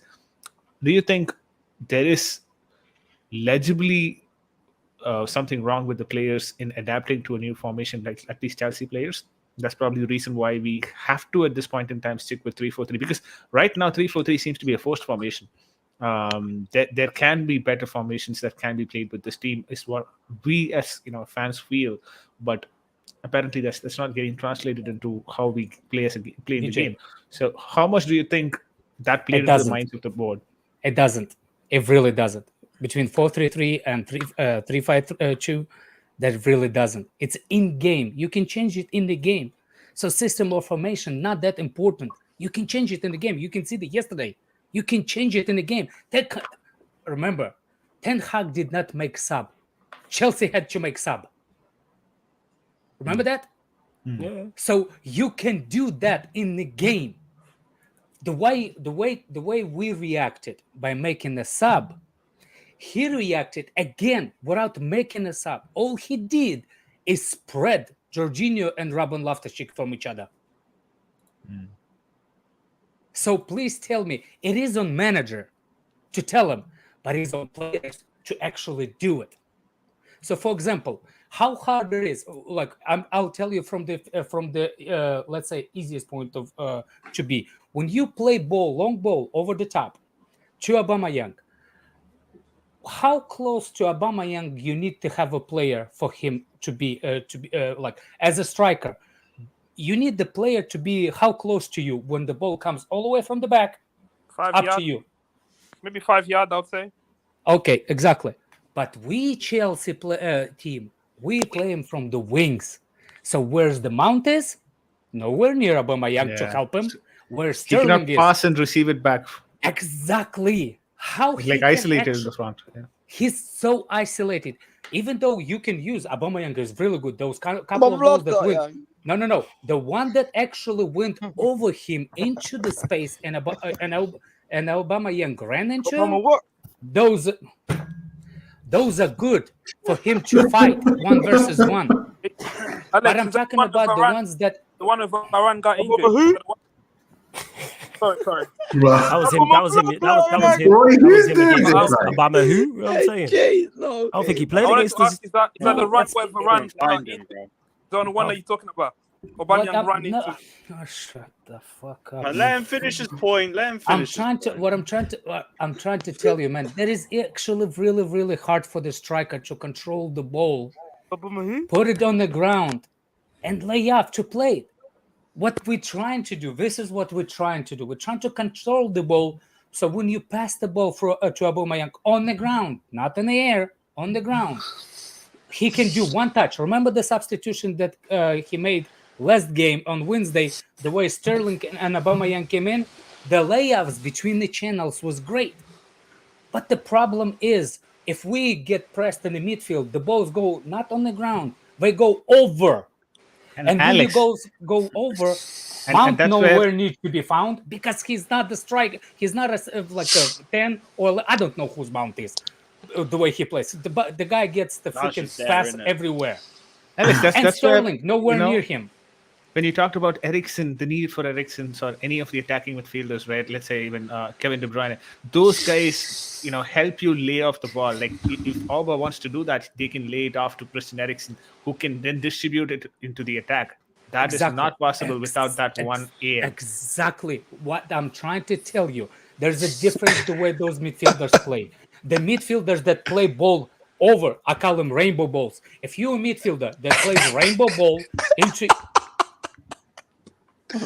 It's a funny term, rainbow balls. Hey, Carlito. I was gonna, but I thought let me not touch that one. I was gonna leave that. I was gonna let that one go with it. Look, I was gonna let that go. I get what he says, bro. It's looping. It's a looping ball. Yeah. Those balls. We're just saying that term because we start talking. Never mind. I don't want to get Lewis's channel. Those balls are easy to defend because they are going up and down. It has too much time. What Eriksen does. What's his name? What really good creative midfielders do, they put the bend on it. They put the side spin on it, so it's hard for defenders to look to read the flight Direction of the ball. Yeah. direction of the ball. He uses on the ground the same thing. It goes between them. He split the defenders. It's easy to defend when you have those rainbow balls coming over you. Oh.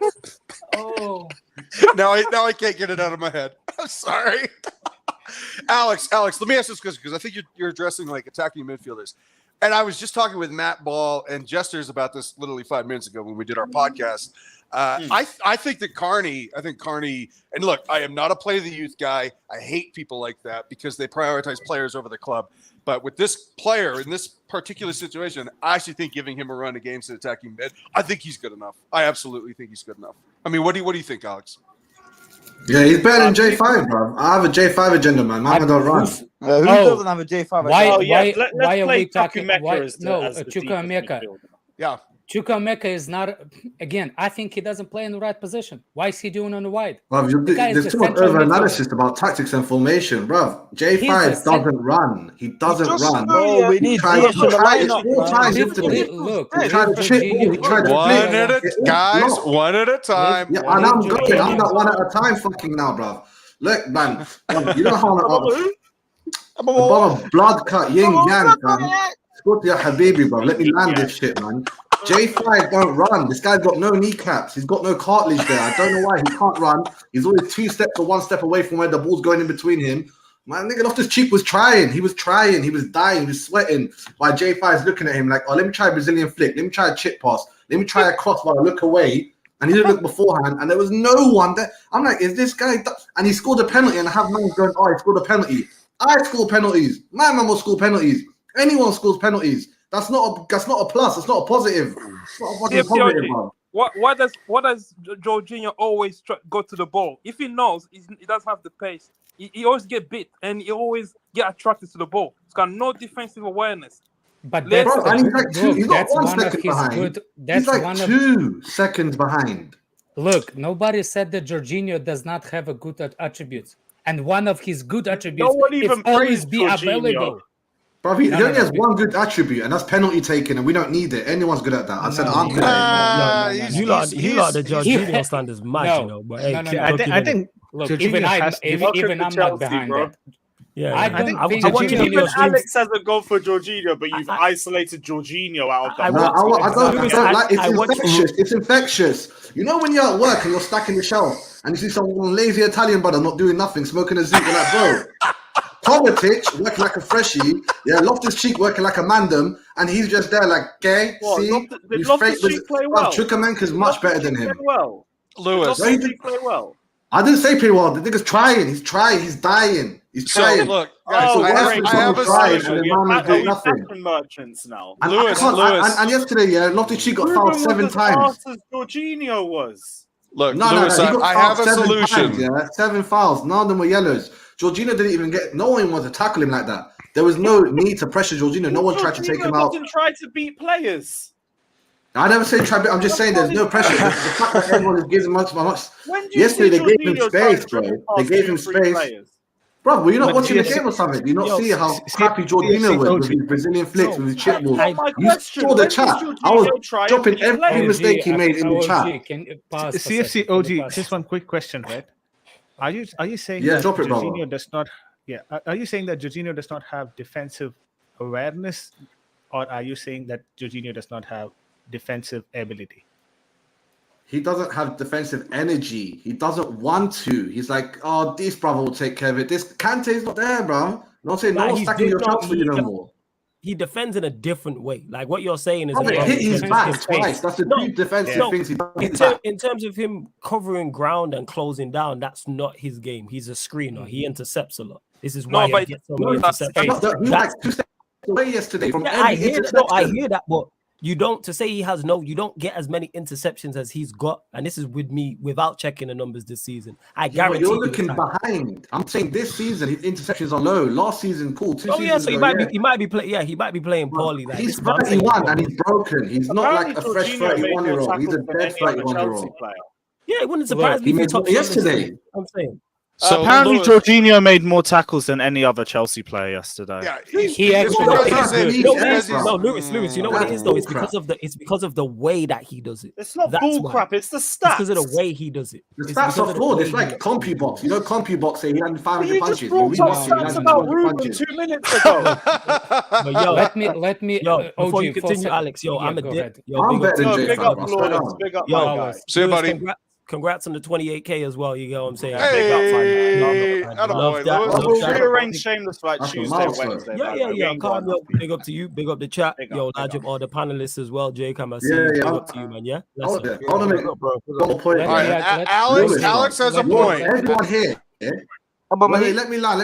Everyone here agreed. J5 should come on from the bench. So I don't understand why we've been arguing about this. Every single one here was in consensus last week. That's that not he's an the- old that's carrot. not He the should come off the question. bench. This Man, game, we said it's a good role for him in general, but not for this Look, game. I Yeah, would this love is a general Jorginho. game. This is shit United, Alex bro. was- Don't try No, rate United. bro, It don't you're work. taking Look, a general OJ, point and saying OJ, it should do be you the do same you thing think for do you each think game. I'm gonna defend Jorginho?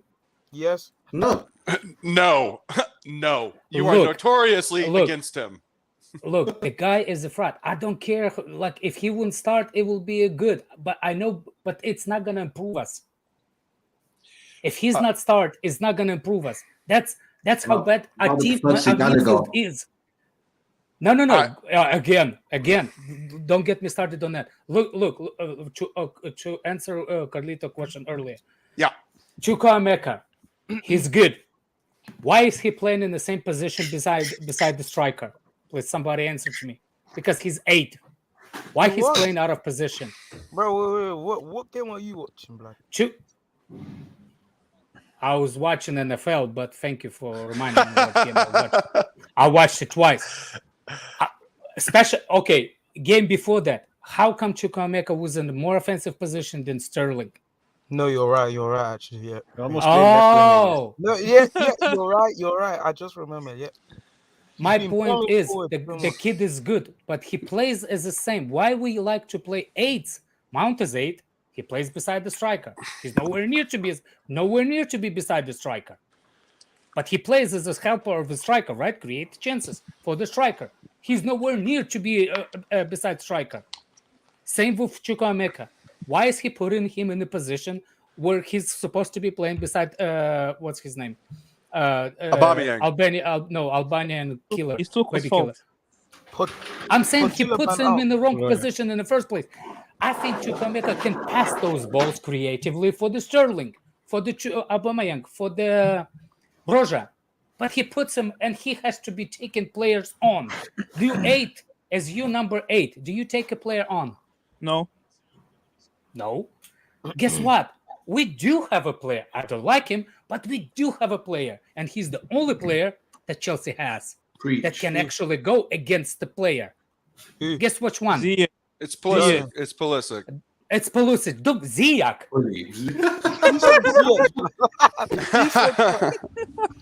That's like, okay, fine. I'll just read out all the substitutes. Just choose whatever you want. Hey, Lewis, I got one for you. We had Ben Jacobs, the journalist, on Thursday, and he said this specifically, and I think it's pertinent to this conversation because we're talking about midfielders, we're talking about Jorginho and Conte, and how they're probably not going to be here next year. In January, Todd Bowley has told Edson Alvarez and Ajax he is coming for him. And that is not me saying it. That is not speculation. That is Ben Jacobs saying it, putting his name on it, that we are buying Edson Alvarez in January. Yeah, I think Ben Jacobs said that after deadline day as well, because I kept hearing Chelsea going straight for a DM in January. Yes. Alvarez, we went way too late. I watched him play. I don't know. Shit. He's not good. He's shit, blood. He's shit. I don't know. The games that I watched for him, he looks clueless. No. Maybe he dropped maybe he dropped his form because he wanted to move this season. I dropped my phone. And he didn't get it. But he wasn't looking. Alex, good. did you watch him against Napoli for Ajax? Yes. The whole looks team is clueless. shit. Like, we have to give him that benefit of the doubt. The whole team is shit. The manager, could be. I'm just saying, like, look, the games that I'm not watching a lot of games with the guys. So I'm not gonna say he's shit.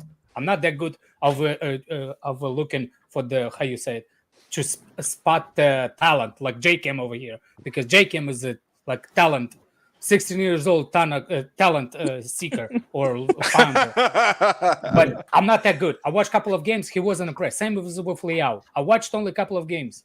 I'm not impressed.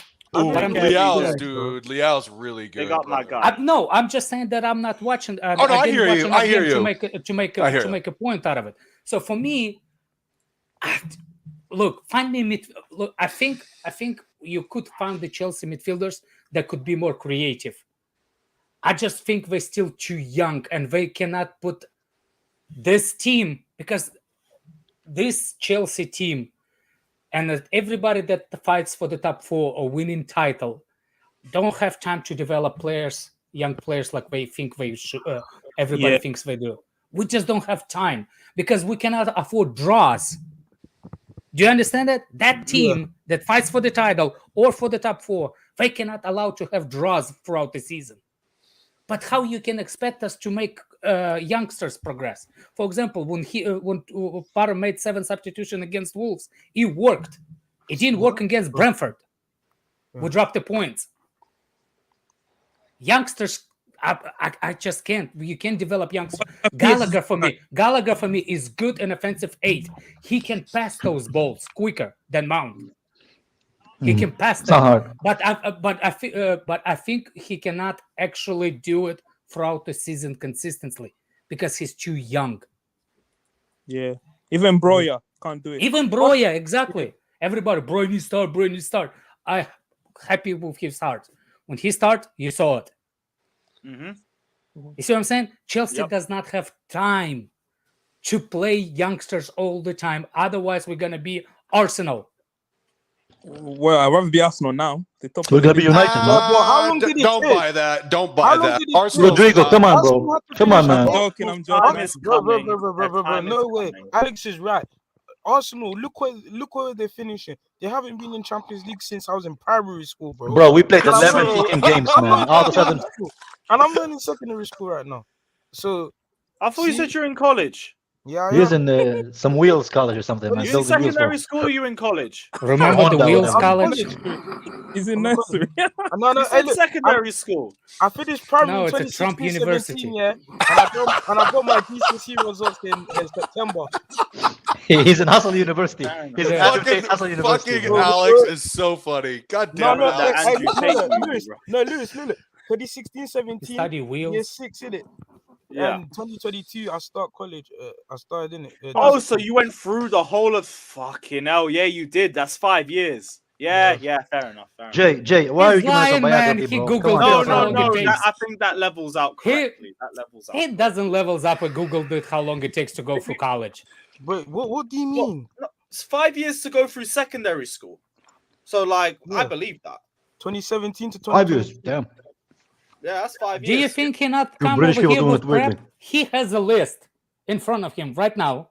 How long it goes from that school? I'm in my bed right now, bro. I'm in my bed. No one need to know that shit, bro. Brother, what are you? That's TMI, man. That's TMI. Come on. Stop saying I got a list, man. So stop saying I got a list. I'm just chilling in it. I'm gonna hear your mama comes in. It's bedtime. It's a school night. Like Jay, stop talking to strangers. That's what she's gonna tell you, bro. Alex, the other guy that we're linked with is Moises Caicedo, Brighton. What do you think? Oh yes, Caicedo. Yes, that kid is good, but it's a youngster. Can we sustain this? Yeah, he's like 20. Yeah, he's like 20 years old. You're right about that. Hey man. Our sponsor should be Kinder the chocolate, bro. Because all we fucking sign is kids, bro. That's why we have fans like on the YouTubes, like JCam, like saying that he graduated college. Yeah, well, no, I didn't. Yeah, but the British have a weird system. College, the British have a weird system. Bro, wait, what is this guy talking about? College? Yeah, you guys have weird ass college. University. Us college is like college for us is like high school.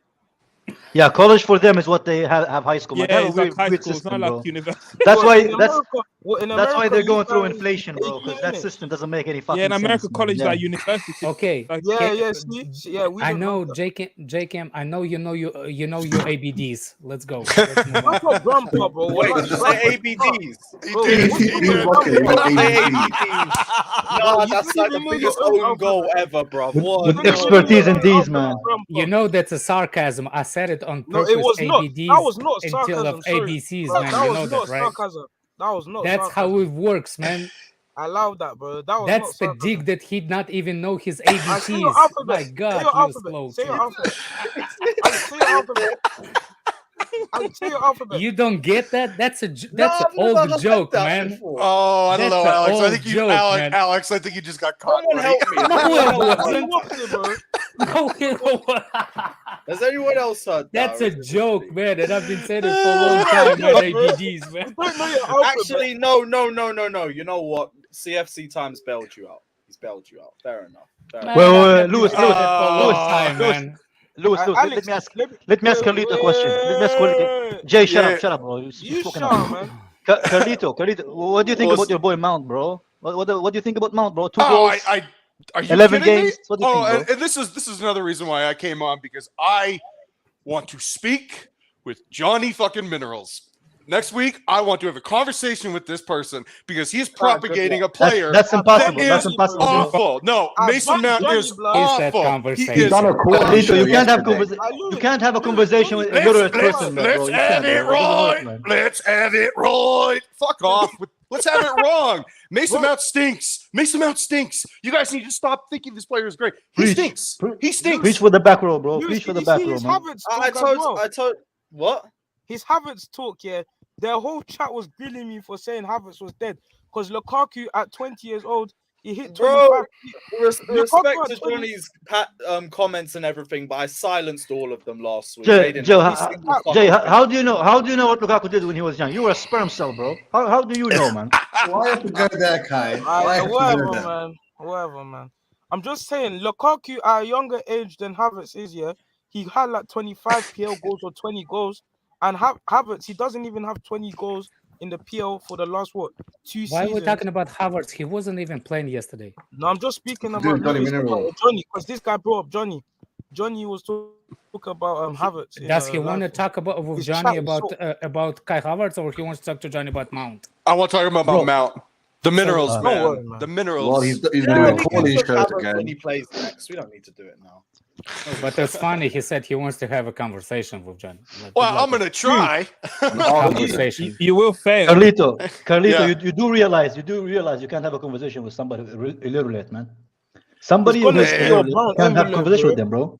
You're just gonna You're just gonna have a mouth over. Low blows, go throw some low blows here. Jacob, look who got pissed as soon as you started talking about Havertz. Bro, I can't be pissed, bro. Go ahead, hold that respectfully, my God. Hold that. But yeah, Get this on fetus Mount, out. He needs very to be much pressed. clean shit. Look who your fetus in now. Oh man, look. But yeah, man. Hey, can we talk seriously? Can you talk? Yeah, seriously, we man? can get off that. Sangare is a DM I won. I watched him against Arsenal. He looked good. He's pretty Here you good, go. Bro, He's pretty good, bro. I think we need to focus on the centre mids, the 8s first. We I need feel a like that's more DM, man. important. We have enough 8 in Yeah, this but club, okay, bro. well, we need 8s We as well. need everything. No, but we No, also we need don't. fit We have 8s. enough. Like we got 3 Yeah. 8s that are injury prone as fuck. I need We have no. Lopez Gallagher. and We have Nunes. Chukwemeka. We have Mount. You say that. Man, you can make her now. Oh my You God, say he's that. not ready Why to not? start. He's not ready to start. Let's be But he's honest. a bench player. He come off the bench. We have Mount and Gallagher that can start, and then we have your DM. Oh my God, bro. Man, and Gallagher. No, Gallagher Brexit, cannot be starting for us all the time. This isn't Brexit, bro. We actually need good centre to our 8. Yeah, he's not even about British, bro. What are you Brexit, talking man? about, bro? I know, right? You weren't even born, Jay. You weren't even born, I bro. said Mount. Your Is Mount parents and do not Gallagher even. British? Your parents even don't care about your vote inside the family meetings, man. What are you? I Jesus shot your mom, Christ, Alex. what are you? Alex, No, thank you. Okay, guys. Bro, wallahi. Come on. Nah, it's casual. It's calm. Yo, Jay, respect your Yeah, elders, calm, man. man. You're shut youth, up man. as Respect well, it. Rodrigo. Suck This your man up. dude, buddy, you need to go to bed. Oh my God. Wash that ass and go to bed. Oh my Lord. Hey, yo, what? Blood, what? Oh my god! Remember when we got? Why are we talking cut? about Jay's ass, man? That's what we're gonna talk about. Come on, man. Guy, you wanted to go on Mount, so what were you gonna say, bro? Bro, look, I just think the Mason Mount is an overrated player. I think that you English fans love to talk about him because he is one of your own. I get that, but buddy, he's just not a very good player. You know what he is? Carlito? He's our Make-A-Wish kid. We are wishing that he's going to be something, but we know deep down that he doesn't have the capability. But I wish that he didn't get the minutes. That's what I wish, is that he didn't get the minutes. Because he doesn't have the minerals. He doesn't have the vitamins. He's got none of it. You have female minerals. That's what you have, man. You know when you order some stuff from Chinese like Alibaba or Wish.com? That's Wish, yeah. Lampard from Wish. That's you order Lampard. You order Lampard Mount game.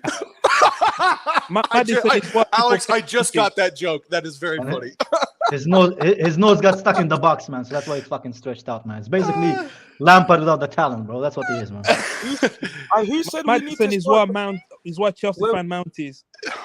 Hey, was it Carlito or Rodrigo? He said we can start Mount and Gallagher as the 8. Which one of you said that? Yeah, either one of them. Obviously not both at the same time. You really start them though. Be honest. Like in the, so if you have a DM, right, you can play a 4-3-3 with that DM and Kovacic and Mount, or with it's called 4-1-3-1 4-1-3-2, right? 4-1-3-2. You can't play behind the striker. Lewis, can you block the trust the process guy? Block that guy, man. I hate that phrase, bro. Look, so you're telling me we don't need an 8, yeah? Oh no, Thomas, he's saying the piss. He's one of the right. You cannot. I'm not saying you can't play both of them, because there's plenty of games to be played both of them, and it's even in the same game. The problem is you can't start both of them in every game in this season. Yes, that's what we're trying to say. And if you do, please, if we struggle, I just don't get it. If we struggle to create for that kind of striker that we have and that kind of Sterling player that we have, I don't know what the manager is looking for. How he doesn't see that we do not have creation that goes from a midfield. Like yesterday, literally, everybody keep slamming, what's his name, Azpilicueta. Everybody right. Azpilicueta's not it. He's not Reece James. We know. So don't go wide. Why are you going wide? Because you don't have a talent to go straight. It's a comfort. It's the easiest pass. No. It's the easiest pass on the pitch to go to the only wing. Brave person to do it. It's Kai. It's Kai. Oh, gotcha. It's, what's his name? Kovacic. Yeah, but he's a bum in the final third. Yeah, he overheated, but at least he tries. Hey, Alex, can I oppose this? But can I one of oppose you this? don't want an 8 yet, and Ruben Neves is that perfect 8. Ruben Neves is not an 8, man. You stupid. Jay, respectfully, respectfully, tomorrow is a Monday. Tomorrow is a school day. First of all, he's a human being. Bro. It's half term. It's half term, G. Oh my god! No, bro, you get into the you know the details. I don't care about the details here. Nobody cares. Nobody asks. But you know what should happen? You know what should happen though? Like Kovacic, did you see that pass to Sterling? And Sterling took 4 seconds when it happened. Bro, yes. do we have something? Do we have something in the water at Chelsea? Every attacker we get just like start being retarded. You are spot on. You are spot on about what I was saying before. For example, we have those moments when Jorginho remember Jorginho a couple of games ago made that beautiful pass over, and Kai Havertz was with the touch that actually ended up in the parking lot. The first touch. Remember the one that Kai Havertz scored against Newcastle. Yep. That kind of pass he did it before a couple of games ago. I forgot to go against AC Milan, Kovacic, right? Yeah. No, Jorginho? It was Jorginho. It was Salzburg. No.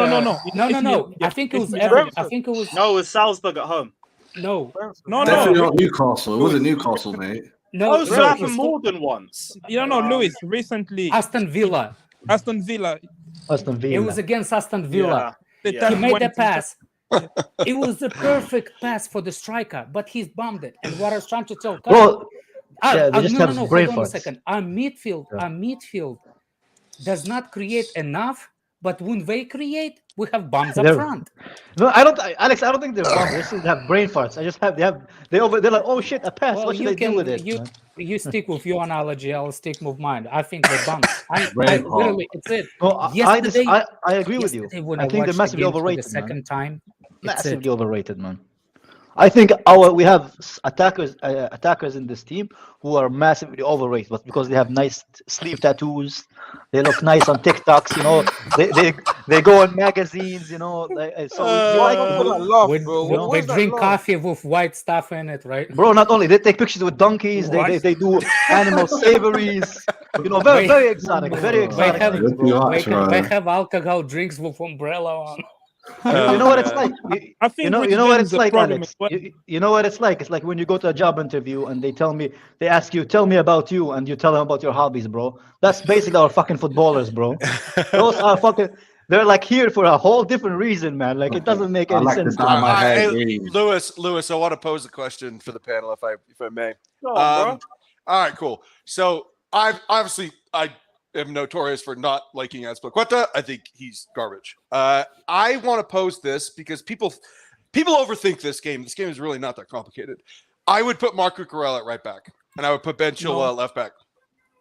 Why not? Is it illegal? Is it illegal? No, wait. Carlito, can I answer you? He has no right foot.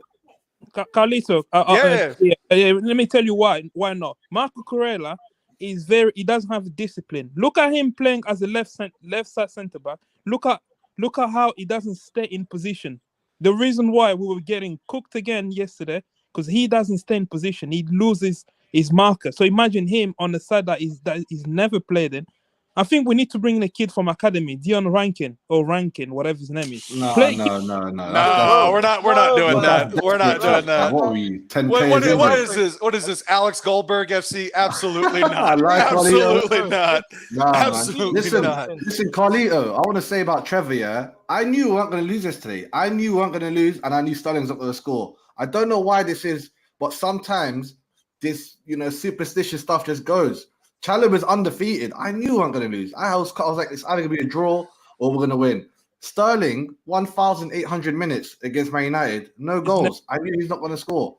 Yeah, but I thought, you know what? If we can nick a win, I'll take that. I feel like we almost nicked that win. I jumped onto another podcast to do MMA, to do the UFC yesterday. Big up Islam Makhachev from Kazakhstan, not Russia. But yeah, I digress. I jumped on the stream, yeah, and I was laughing on the stream. I was like, I was of league. What did you say? Yeah? I was like, he's in Russia, apparently.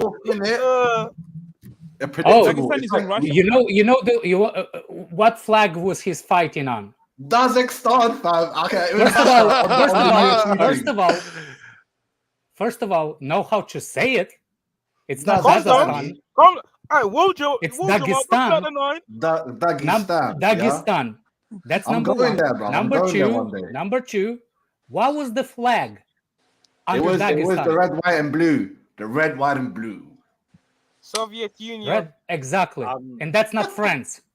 That's Russia, baby. Was it America? Was it Great Britain? I feel you. But big up, man. He's a sick fighter, man. By the way, don't get me started. There was a robbery. The boy with the pink hair. Don't get me started. Why is everyone saying it's pink? Sean O'Malley. Let's not make it UFC. That's not it. Let's not go. No. What are you doing dancing over here, man? Oh, you don't know the 1-2 uppercut. 1-2 uppercut. Man. 1-2 uppercut.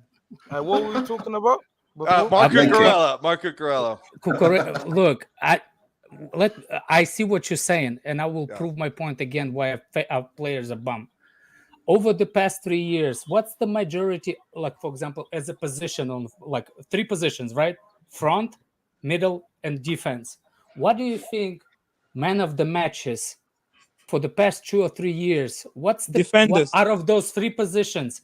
What was the most of them man of the matches? Centre backs, Thiago, James, Thiago. Defense, You see what I'm saying?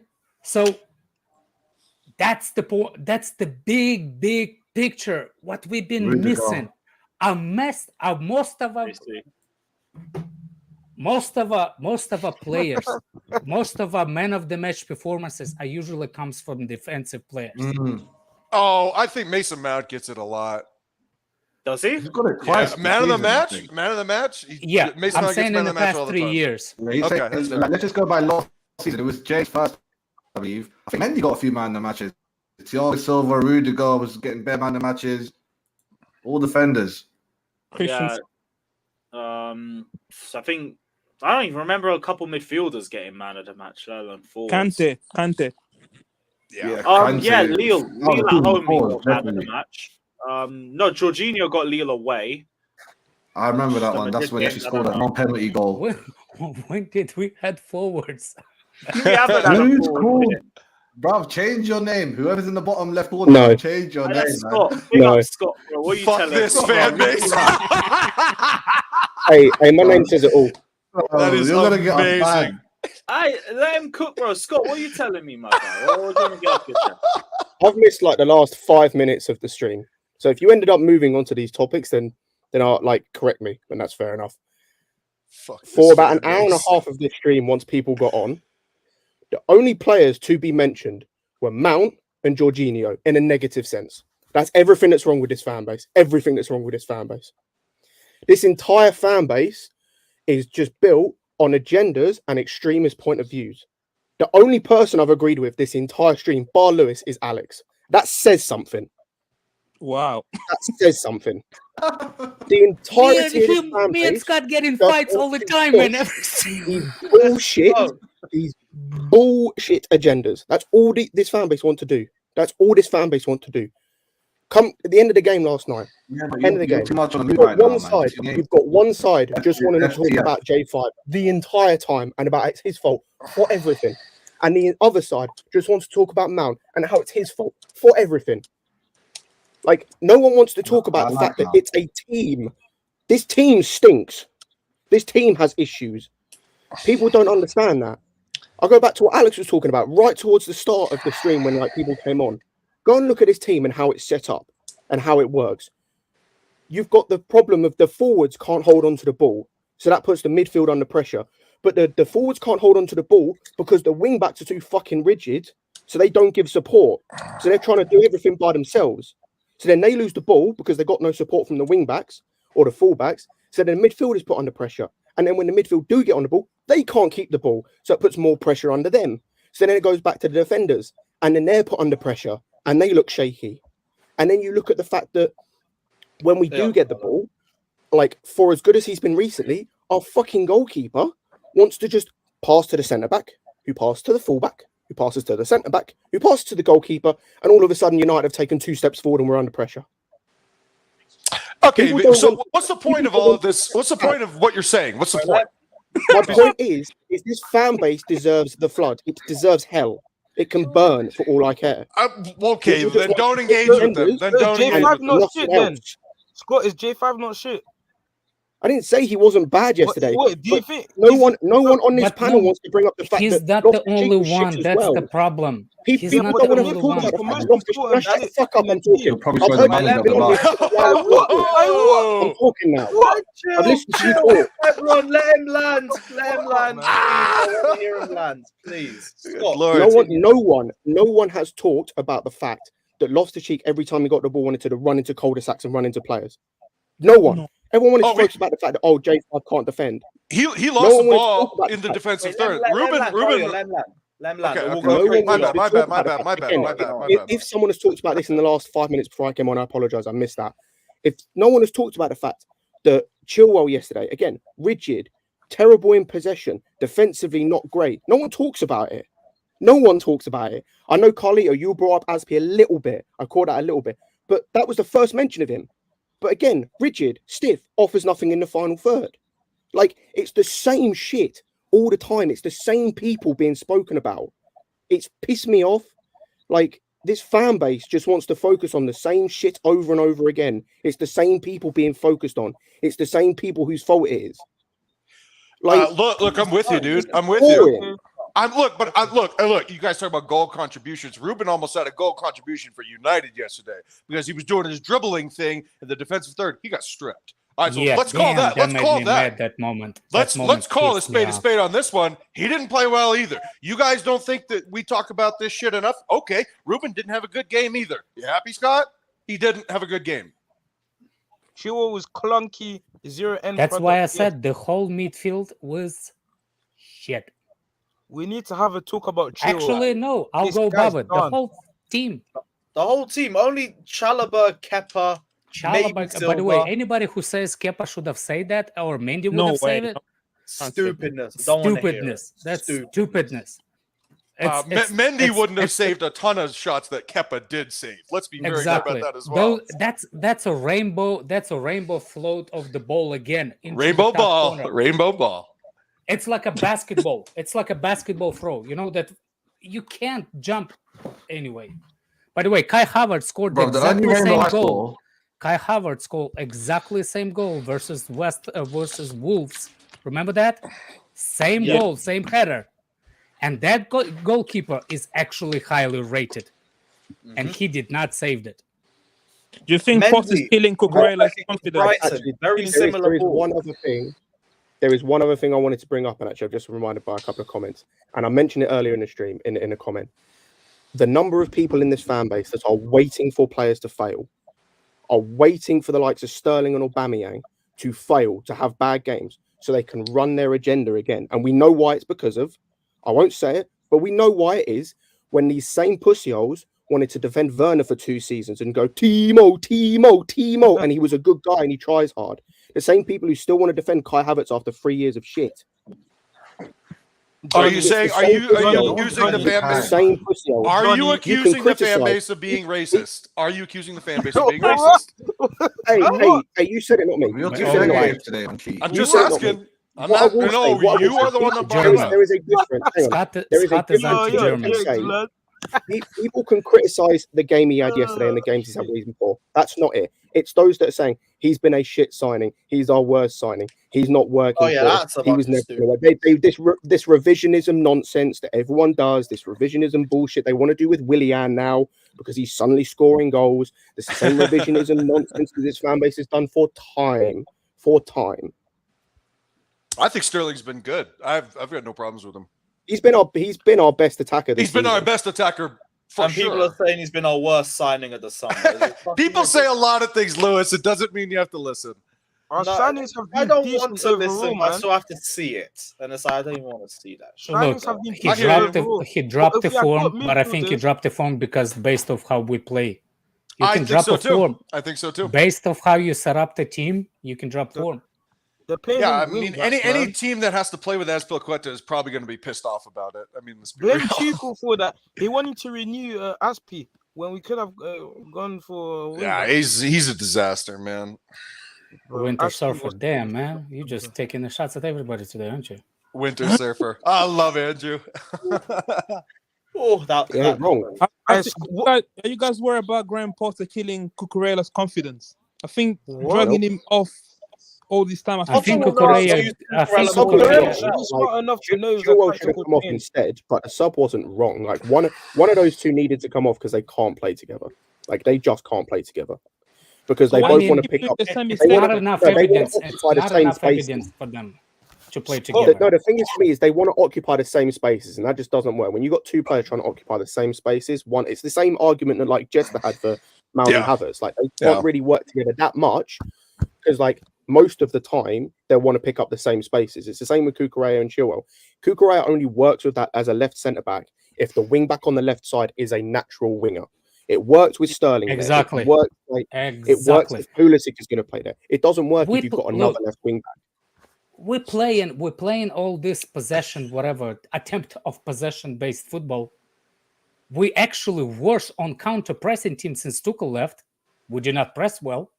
We lost that ability, apparently. We do not press. So, and when we don't press, we invite the pressure. Forwards do not press at the same time. You play to the wing and you try to make the players create from the width without actually playing wingers in. Please, name me the last time you remember Chelsea player dribble at the player? On Wednesday, Christian Pulisic. There you go. Yeah. There's your answer. Yeah, I was about to say that as well. Yeah, Pulisic. Exactly. But we constantly playing. When did Mount ran at the defender? Never, because he's slow. He's slow. He's never also, done it. He runs around it. He's also not that type of player. Yeah, that's what I'm saying. But he plays at that position, is it, Scott? Exactly. No, I know, but this is another thing. It's like I know. That's my point. Expect they expect things of players that just like if you just use your eyes and go and watch previous highlights of them, you can tell they're not that player. And I agree with you. Like with a Mount thing, he shouldn't be playing in the front three. He should be playing in midfield because that's my point. When in attacking, or he can play as like on the right or the left if the fullback or wingback is going to overlap and be the dynamic one. When you've got two people who are rigid and stiff on one side, it ain't going to work. Like that just doesn't work. And it's like Mount isn't going to do the things you expect of like a Sterling or a Pulisic because he's not that type of player. It's the same reason like Aubameyang is not going to just create something out of nothing as a striker. He's not that. If you don't create for him, it's not really happening. Like he does well, but he's not really going to create something out of nothing. And people expect miracles. It's like we're still asking this manager and some of these players to turn like shit into gold. It's just not happening because you're expecting things. But you're living in a fantasy land, Scott. But you're talking about Scott. You're trying to hold fans to a higher standard. You also have to understand, and this is not just a fan base thing. This is a life thing. There's a lot more average people than smart people.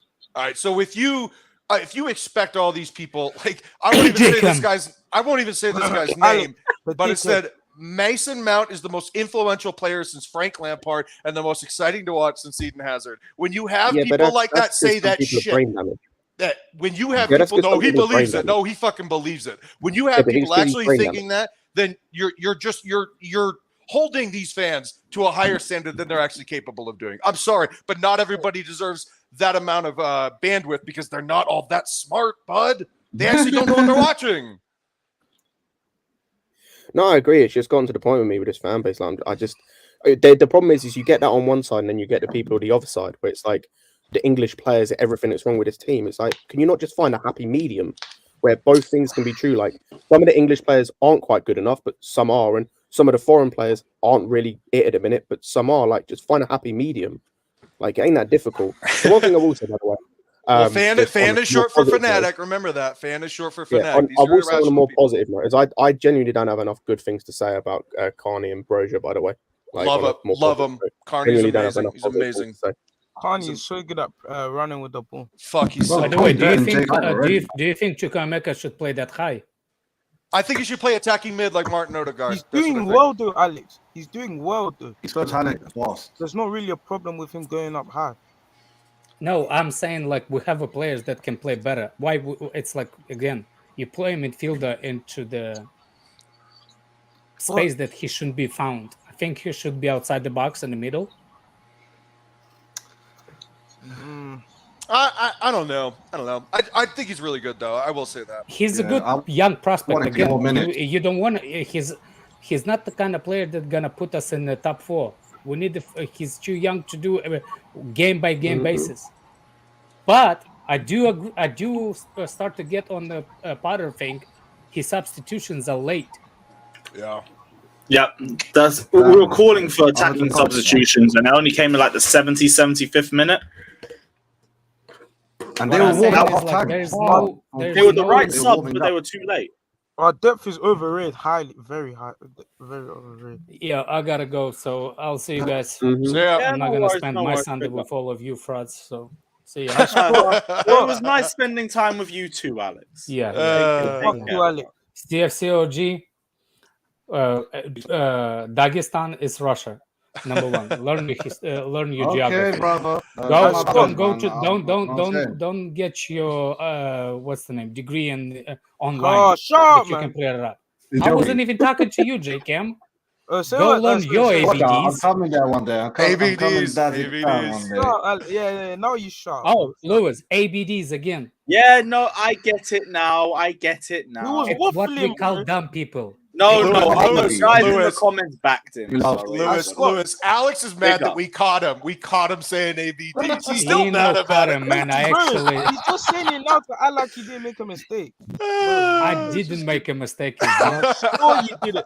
Man said CFC times your burner. Sure, bro. Oh man, big up, my guy. Big up. Scott, are you here? Yes. Yo, you see the way we're playing here. Do you not see like the difference between Potter and Tuchel's play? We're trying to play more in the middle. No. But you didn't see that. Like there's some improvements, but again, this is what people don't. It's either don't have the mental capabilities to understand, or just want to be blind to the fact that it's the same players. Like there are certain things that have improved. Like there's certain things have improved. Like we play a little bit quicker when we are on the ball. Like we started to. It's regressed a little bit. Like yesterday, it wasn't the case, but when he first came in, we were playing quicker. And like we're varying up our play a little bit in terms of it's not always centralized. It's not always out in the wing. Like there's certain things like that, but there's certain things that are still the same. Like the decision making still arse because it's the same players and they're not improving that. Like we're still slow in certain areas because again, like. It's the same thing because there's still certain players. People laughed at me in the summer when I said we're still 6-7 players away from competing. Like laugh now. Like we're 6-7 players away from competing. Maybe even more considering how much players seem to be regressing. But yeah, we need good depth as well. People need to realize that. And also, we need good we're not depth. playing sustainable because of that. Like I kept saying, even during the winning run, like it was nice and all, but the only convincing games we had was a Wolves side without a manager and an injury-stricken AC Milan side. Other than that, we struggled through every game. Yeah, but also, and when you why we're not resting players knowing they're going to get injured? Like you kind of know Reece James might get an injury. It's playing this match. Yeah, but you can't. Your connection bugging a little bit. Switch your camera off. It might be better. Like we rotated. Aspi came in and played. Like. When James didn't need to. OG, I have to piggyback on this point. I have to. This bullshit rotation stuff. I don't see Harry Kane and Young-min Son rotating. Because they don't get injured. Hold on. Let me land this plane. Let me land this one. I think that when fans and when managers overthink things like rotation, you get a bad lineup like we had yesterday. Yesterday was a bad lineup. And that is because Graham Potter got too cute, too hipster with his little fucking neck beard. Okay, he got too cute with it. You know what's not cool? Yeah. Tying games that you should be winning. Okay? When you have a bad lineup and you over-rotate and you overthink it, you have bad lineups.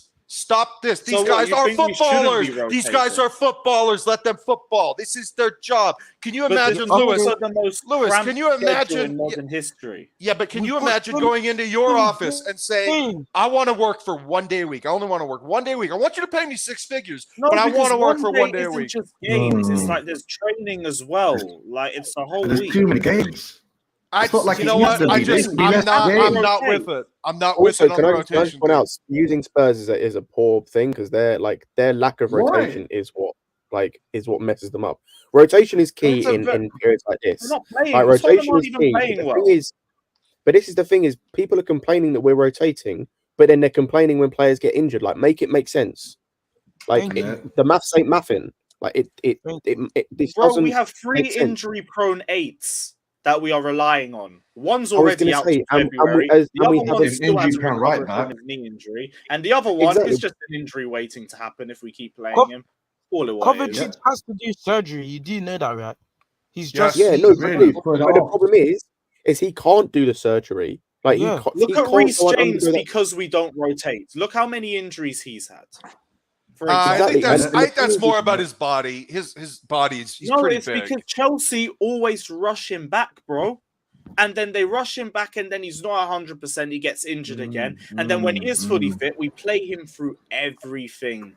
And then he gets hold on. He another wasn't fit at the beginning of the season. What are you talking about, Lewis? Come on. No, he was fit. No, I'm not saying like we rush him back every single time. That's wrong. But you did like, just say that in mid-season. In mid-season, we do. Well, like I'm just not with you, man. We I'm not rushed with him you on back it. early, got injured again. We brought him back and put him on even on the left in some games because we were that devoid of creativity, and we over-relied on James too much. And that was our problem. Our biggest issue with Reece James, the fact that we don't have a quality depth for him. So we rely on him too much.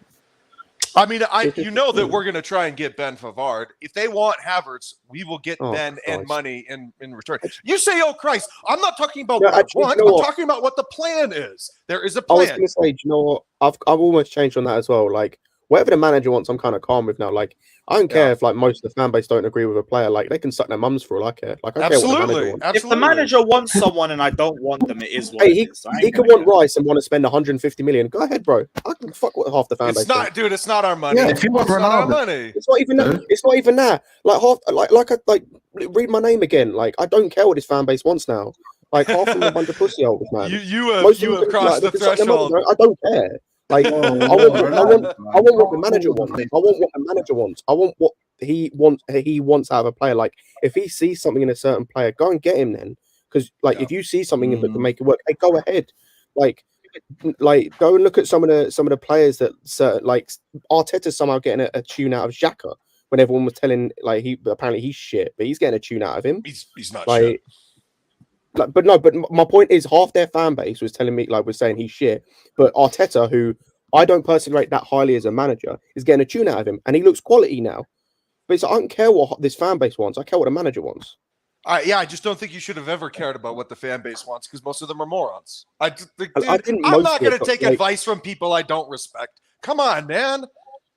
All right. Let's not go down that base, man. You know what I'm saying? Most of the fan base is here listening in. So, like, let's just agree. We are a very small portion of the fan base. Let's be very real there with that, dude. This is not. You got like 28 Johnny. Let alone viewers. We ain't nowhere near like 1%. It is what it is. Yeah, I'm not going under the BBC shitting on the fans. I've got a good question for you, Lewis. You don't have to answer it, yeah? Okay. Wait, just before that question, hold that because I do need to read this. Cameron says, seeing United against Spurs, thought Paul would do the 3 in midfield, but done the 5. The way we played, did we really think we was going to hold on? That's why, even though I'm so pissed to the fact that we couldn't hold on, I accept the fact that we drew because we were very fucking lucky to even take that the way we played. We played really bad. We played like shit. So, like, we should have held on, but we were lucky to even be winning. So just take the draw and leave it. Jay, what was your question? I appreciate the Okay. So it's more to the panel now. Yeah, you see Johnny and his opinions. Here we go. Like, based off Scott speaking, do you think it's a positive or negative for our fan base? Very negative. Very negative. What is your opinion? Like, and if his opinions, let me add his this, opinions and the opinions that him and his fan base, like, this is my whole point that I started with. His opinions and the opinions that his followers put out intensifies then the opinions of the other side of the extreme. You got one side of the extreme like him and people that follow him who big up everything that's quote unquote right and proper and British, and then you got the other side of the fan base who go the complete opposite in the English players, everything that's wrong with our club, get them all out. They're all a problem. Like, it's the extremes that that cause the problems. Like, go and look at the other fan. This is why, like, for me, I genuinely think our fan base is definitely done. By the way, so go on. Like, for me, our fan base is definitely the worst in the top 6, maybe even in the Premier League for me, because I go and look at the other top 6 clubs, and for the most part, they're all united towards a certain thing. Like, Arsenal fans are irritating as shit. Don't get me wrong, but the worst they do. No, but the worst that Arsenal fans, for example, do is just overhype their players. Cool, let them do that. I don't care. Like, Tottenham fans, like, they seem to rate their players like kind of normally, and there's very few real polarizing players from the outside looking in. Similarly to like City, obviously, Liverpool, it's the same. United I don't think is as bad as us. They have a few polarizing players. I really think the only one at the moment is Ronaldo. Like, our fan base is just tapped. They're just capped because half I the would fan say base just wants Bruno, all the English players McTominay, now. Maguire, fucking United. Yeah. No, but I think most of them now, I'm talking now, most of them have gotten on the Maguire thing now that Martinez and Varane were doing, apart from the injury, like, and everything, like they were doing so well. Even Shaw has stepped up to an extent. Like, there's even McTominay, I was listening to positive. a preview that Flawless was doing, and he was talking about, like, he was being really positive about McTominay. A lot of the fan base is coming around to certain players. It's just a couple here and there. But with this fan base, it's like, again, it's the same nonsense. It's always, like I mentioned, it's always just talk about Mount or J5 or the usual fucking suspects all the time. And it's boring. It's just boring now. Like, Scott, it's Scott, the same these bullshit. fan bases. I'm not Scott, saying. Go ahead, Lewis. Go ahead, Lewis. I'm not saying I'm not saying Johnny is the problem. I'm not going to simplify it to him. The problem is player stands in general, because 100%. all they do is put the focus on one specific player, and then they back that one player with the rest of the squad, be it consciously or subconsciously. They do Lewis, it. Let me finish. Go ahead. Sorry. The problem continues with that, because when the player is playing badly, you will refuse to hear the criticism on the player, and you will still try and force this narrative that they're better than all the others, and it just breeds toxicity and hatred towards that single player. And then when that player actually turns around and they have a good game and they play well, the people who are criticizing them are not even allowed to enjoy the performance, because those same stands are on your neck saying, I told you so, he's our best player, all of that. Even if it's not a run of form, if it's just one game in general. But it's 2 games, man. All right, but I gotta say this. Dude, then they're not fans. If you're prioritizing one player over the club, you're not a fan. You're just a creepy person that's focused on one player. A lot of them, it's subconscious, and they don't even deep that they're doing it. No, it's wild. But look, Lewis, when you've got popular fans, who have a fan base their own, these popular fans have a fan base and a group their own, and it does intensify when they're wrong. When they're wrong, they dig their heels in and become even more obstinate.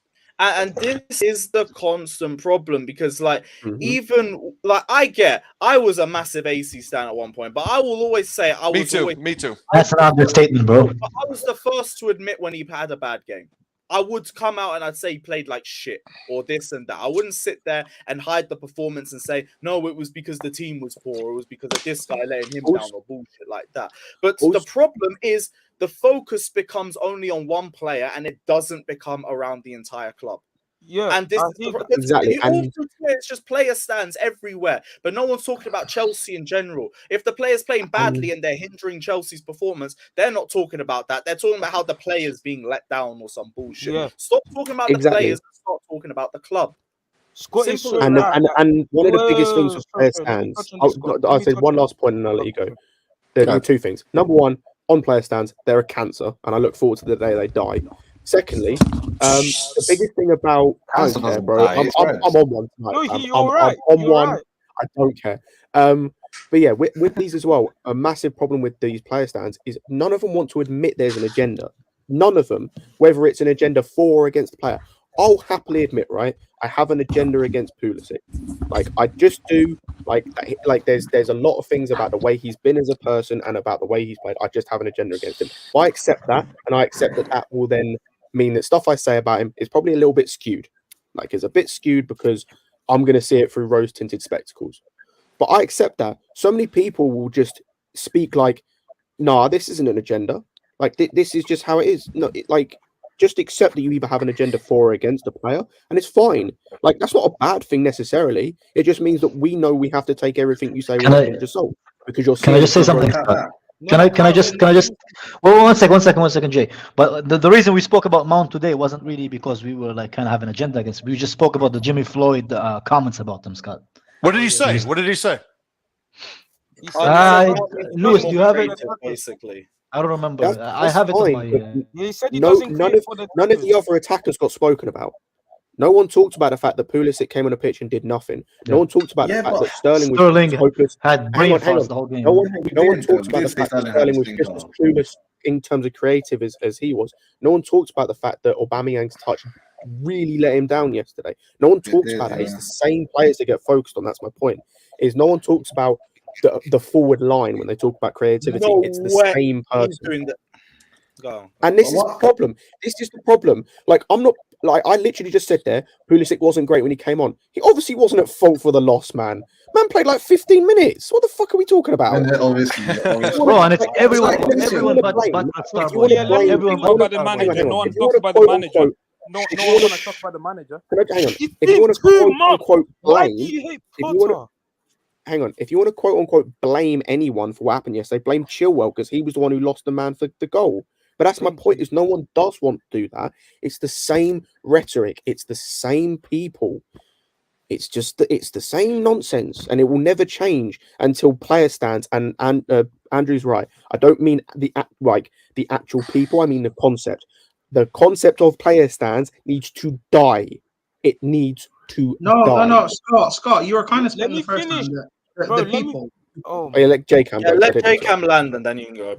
Yeah, like Scott, your point is like TT, bro. Like, you see the Chelsea fan base. I've never seen a fan base in the top 6 as divided as us. You've got on Twitter, I'm gonna say names, yeah. Felix Johnston. He wants every under 9 player. He wants every single under 9 player to start for Chelsea. Johnny is blind, yeah. This guy's the biggest Mount and Havertz fanboy ever. This guy never says the truth, bro. He's so agenda based, yeah. And then we've got weirdos who for clout on Twitter, like Clinical Kai, bro. They just want clout. They'll rattle the whole fan base about him and him. Oh yeah, this player is trash. We've got the divide in the Chelsea fan base is too big. So honestly, I don't think it's gonna get better anytime soon. No, it's gonna get worse because the people that have these opinions are rewarded. Come on. Yeah, exactly. It's a business. It's a business. Someone mentioned it. Yes. Sensationalism is rewarded. Sensationalism is what get clicks. Sensationalism is what people like see and focus on. Like I'm guilty of it, doing it in the past as well. Like, you can go like on the previous channel me and Lewis used to like do videos for. There were comments that I made that were dumb, and I regret making them. And like at the time it was because I was pissed off about a game. I said that Christensen, Cahill, and someone else should never play a game for us again. Like after the Derby game in the cup when we faced this against Lampard's Derby. Like, it was dumb. Like, it was stupid, and I regret making the comments. Like, we all do it at times, but it's the constant need to do it all the time. And it's like, it's boring. And you hit the nail on the head in terms of like with this need now for people to bring it Tuchel versus Potter. It's boring.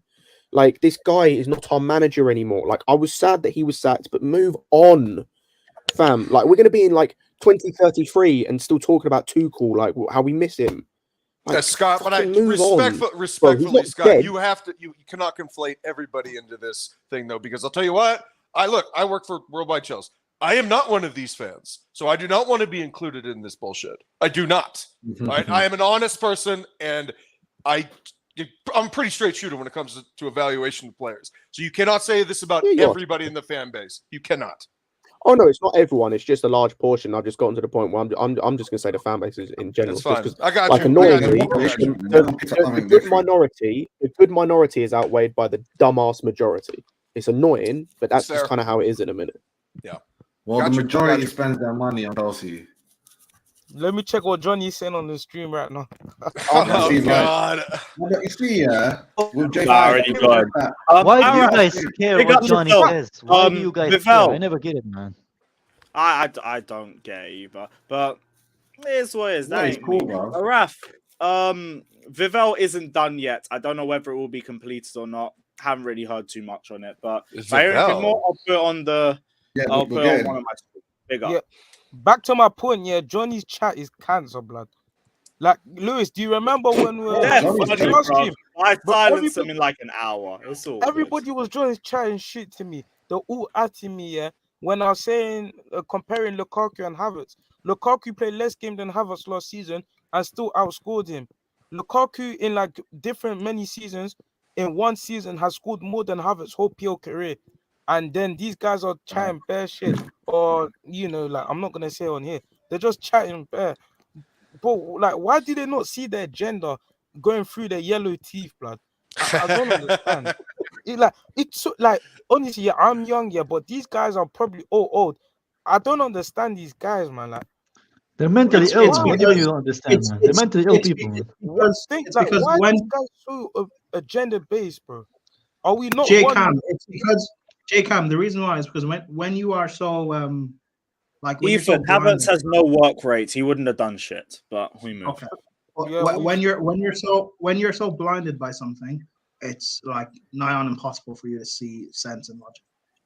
Yeah, I hear that. It's just so annoying now. Like, if I go to after this, if I go to Johnny's stream and I say some shit, bro, it's mad. They'll never admit to it. It's crazy. Like Scott, you're completely right. No,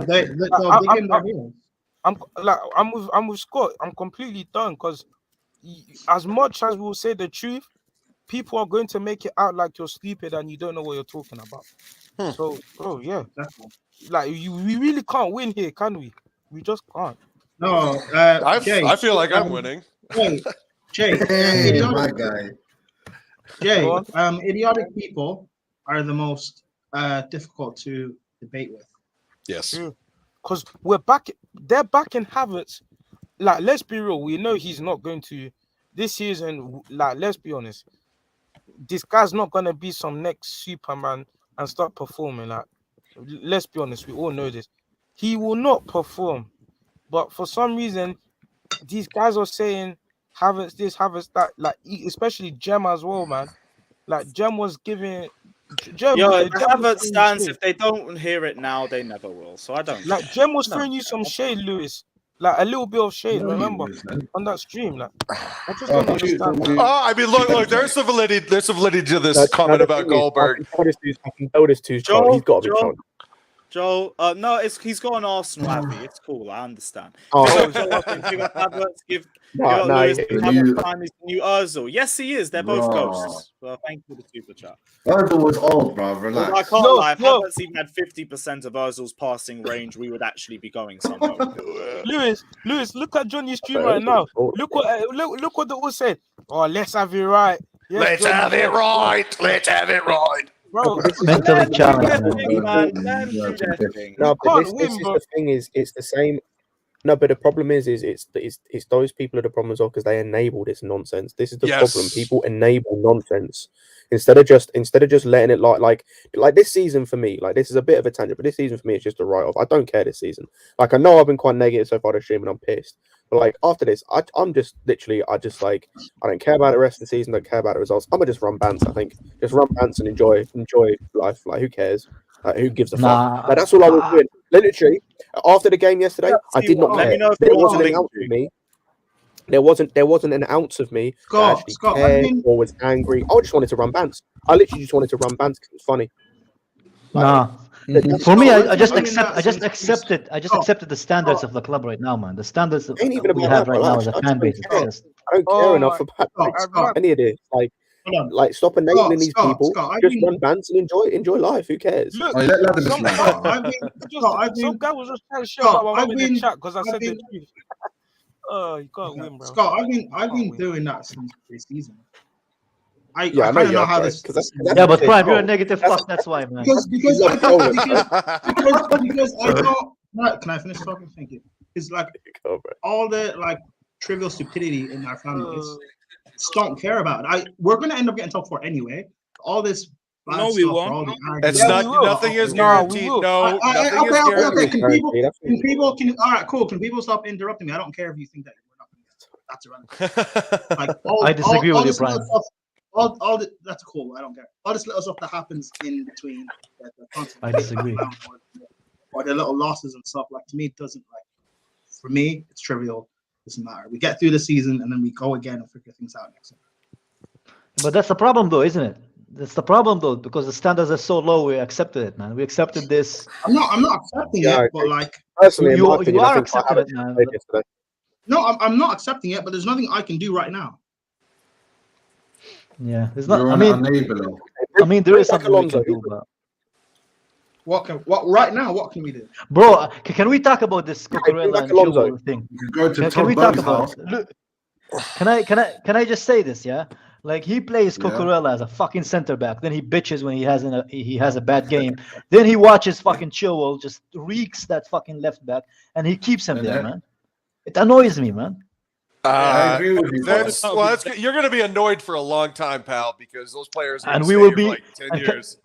Carlito, I don't mind that, but we should play Cucurella in his natural position or not play him at all because he's not a very good centre back. Maybe it worked when he played for Brighton, but they didn't get teams trying to fucking defend against him. I mean, look, I'm with you, bud. I'm with you. I want to play a 4-3-3. The reason I want to play a 4-3-3 is because you get 3 center mids and you get 3 forwards out of it. If you're playing a 3-5-2 or a 3-4-3, you are playing 5 defenders.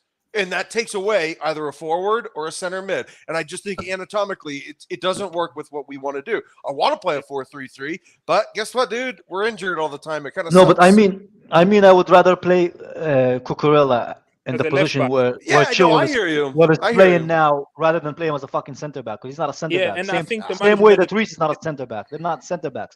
Just because they can do it doesn't mean they should, man. You know? I'm with you. I don't get it, bro. I'm with you. He messed up yesterday. How can you play too many defensive players at the same time when on the bench we didn't have a defender? That really pissed me off. Why did he play Cucurella and Chilwell at the same time? And then he had to take one off, and then that messed up the substitution. Now on the bench, what if someone got hurt? Then we didn't have a defender to bring on. So I don't worry you too. But we don't have a defender. We didn't have a defender on the bench. Why play so many defenders at the same time? When you could play the formation they play against Salzburg. But then all we would have had was a left wing back or a left back we could have brought on. True. Because if anyone came out, it would have been one of Cucurella or Chilwell. Big up, OG. All right, hey Lewis, I gotta go. But Scott, I'll leave you with this much: life is still beautiful, buddy. So don't be too upset. All right. Big up. Is there anything else that anyone else wanted to bring up? See you guys. Bring back Bertrand. Big up, bro. Me. Go, I want to say this. I want to say this, yeah. And this is not an agenda, yeah. This is not an agenda, you know. As much for me, he needs to try different things in attacks, man. It seems like I like Potter. I think he's a good manager, but he's going the same route that what's his name, that Tuchel, you know, died by fucking sticking with these players no matter the shit form they have. And they, you know, like for me, Mount and Sterling have been shit. Havertz have been shit, and they need to be benched because right now it's not working. And I'm just like, what's the point of it? Like he also let me finish with you. Just one moment, yeah. And the fact, like, he literally rotated Aubameyang 2 games after he had a really good run of games. He was scoring goals, he was playing well, and he rotated him to play him in against United, and he didn't play him against Brentford when he should have played for Brentford because then he might have scored, or against Villa, I can't remember. But he should have fucking kept him on momentum, man. But instead, he just dropped him and he kept those 2 dumb and dumbers who have been shit for now. And I don't mind Sterling. I just think he has too many brain farts lately, and it's the same thing with Mount, man. He needs to do something else, or it's gonna be the same result that he had under under Tuchel, man. Yeah, I think we do need to be a lot smarter with our rotation. That at the very least, because shit, the last few games we were lucky to even come out of it with 2 draws and a win. Could realistically been looking at least maybe a draw, 2 losses. Well, he just rotated for the sake of it, and he ruined like our momentum. Our momentum is ruined. I understood though. I felt like we had to rotate in that game. We couldn't. No, why did we have to? But it's backfired, Lewis. Obviously, it didn't work because we fucking dropped like fucking 4 points from 6. Yeah, but here's the thing. Like in hindsight, I get because United didn't rotate, and if anything, I wouldn't. Came out stronger. Yeah, but Lewis, I wouldn't even say it's a hindsight because I have a lot of faith in our midfield's availability. This is the thing. Yeah, but logically, you would think, okay, Brentford is the team that you can get 3 points out of more than you would from a team like Manchester United, right? That logically, more willing to rotate considering that Brentford battered United, then like but that's kind of bullshit, Scott. I'm sorry, but it is bullshit, bro. Because looking on paper, but when they first started, but ever since United have been better than us, and it shows on the the way they were playing. They beat more teams than us, bigger teams than us. They played better than us, more fluid than us. So I don't get it, man. For me, the Brentford result, if we actually played a good team, we could have won that. And then we could have looked at a little bit more positive than we are now. Because now we're sitting 2 draws in a row. We are like, what, 8? Like, luckily, Arsenal dropped points, but we are far away from City. And I don't know, man. I'm not like, I want to be positive, but I just see like stupid patterns that continue with different managers. I think you need to stick with a formation to drill that in the players first before we start playing around he switched too much. I think the players are confused. They don't. He looks disjointed when I watch us play. We haven't played well at all. Yeah. Maybe one game. Maybe that's too extreme. Maybe we play well in one game. We don't look like a team that knows what they're doing. Our press is non-existent. We can't defend. Every time a team attacks us, they always beat our first phase of defense, and they're always one-on-one versus our defenders. It's annoying. I think you need to calm down with the rotation, changing the tactics. He's like a kid in a candy shop. You need to calm down. You need to stick with something, get that drill in the players before you start playing around with the formation and all that.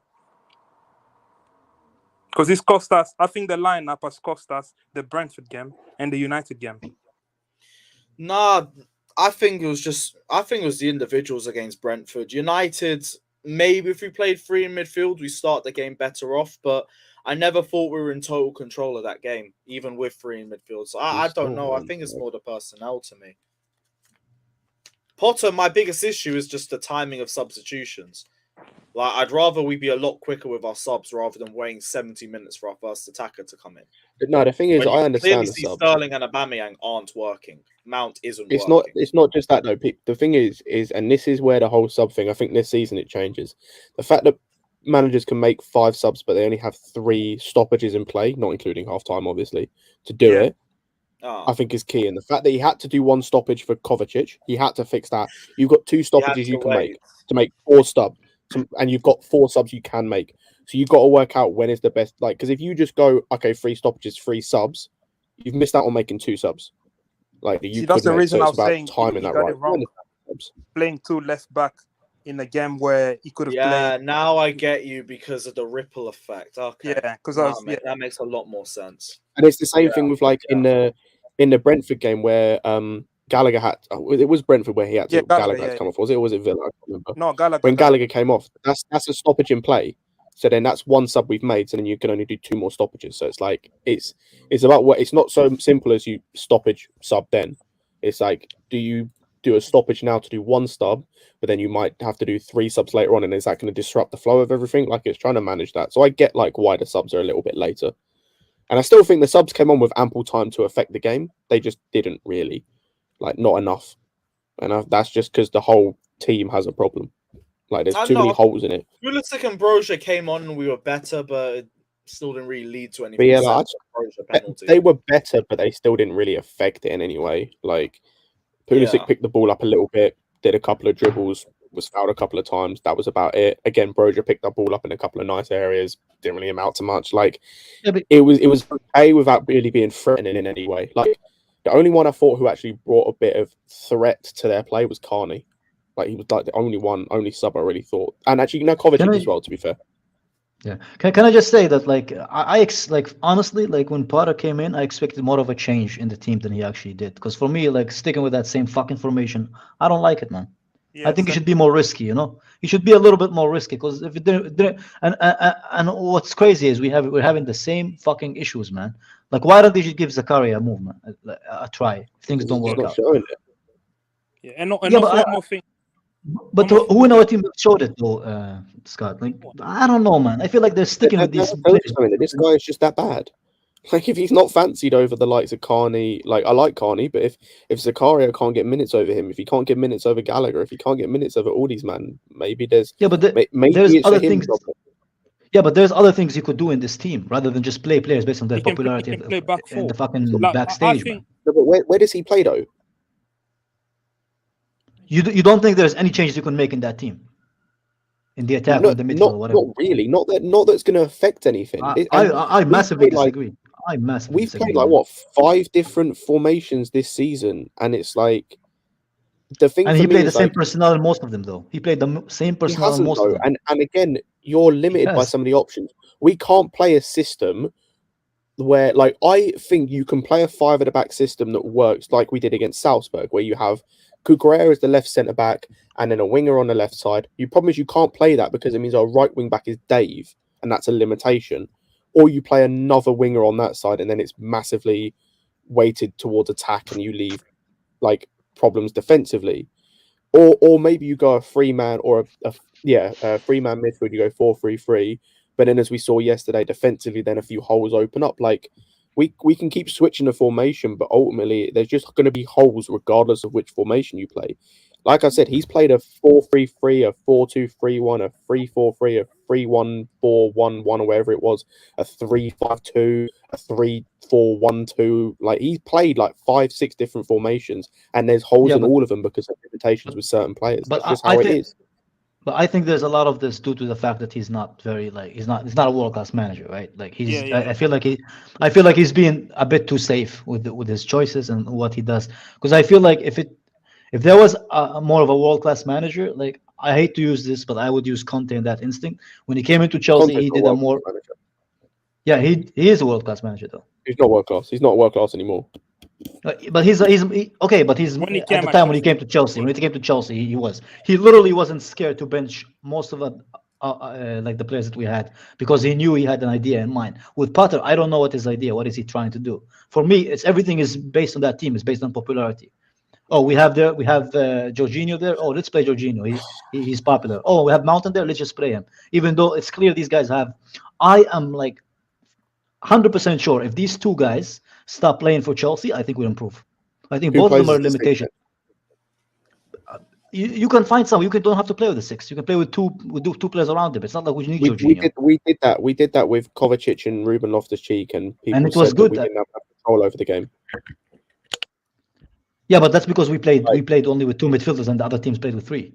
Yeah. No. So who do you want to put in there? Who's the other midfielder you're going to put in there? So it's Ruben, Kovacic, and who? I would give. This is what people like. We have 1 6 in the team. We have one person who can sit and protect the backline.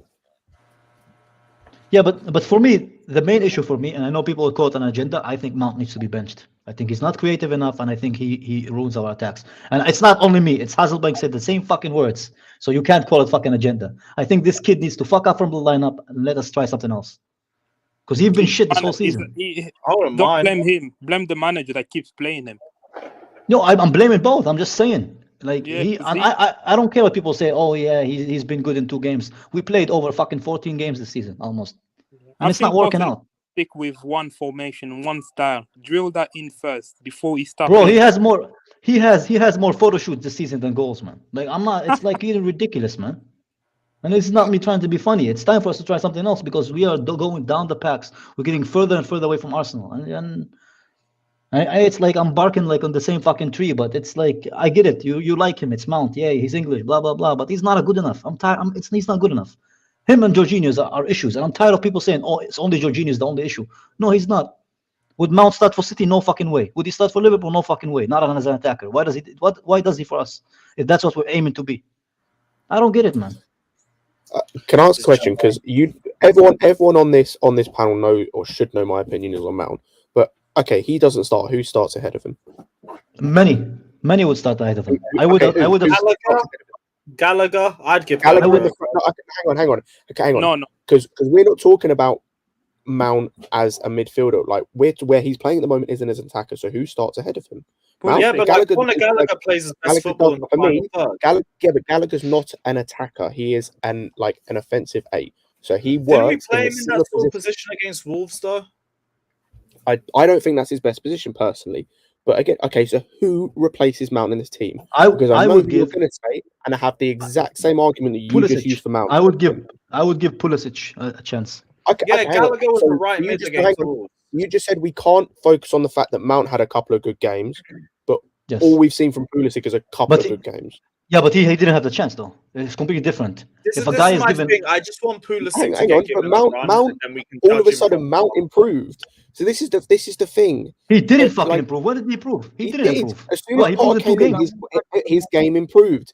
He improved. Oh, come on, we can say it, but he improved. It's based on circumstances. In the basics well. In which game? In which game? Against Wolves? He played against well. Wolves? No, he didn't. He did what? In 2 games against Wolves, the worst team in the league. But he does it all the time. He did it last season. I don't see any difference. Last season, he also did good against Leeds and Norwich and all those crap teams. But when we needed him in good games, he didn't do shit. So why should he keep getting opportunities and Pulisic doesn't? And I'm not even the biggest fan of Pulisic. I'm not even the biggest fan of Pulisic. But it's not fair. Because he hasn't played, Scott. He hasn't played. And when he does get the opportunities, he doesn't show it. He literally. He gets the opportunities. I said this before. I said this before on a previous stream with Pulisic. Is if he can show off the bench for like a 6-game But period, that's not fair. that he But can that's not fair. No, though. that is fair because that's how No, it's not fair. It is not.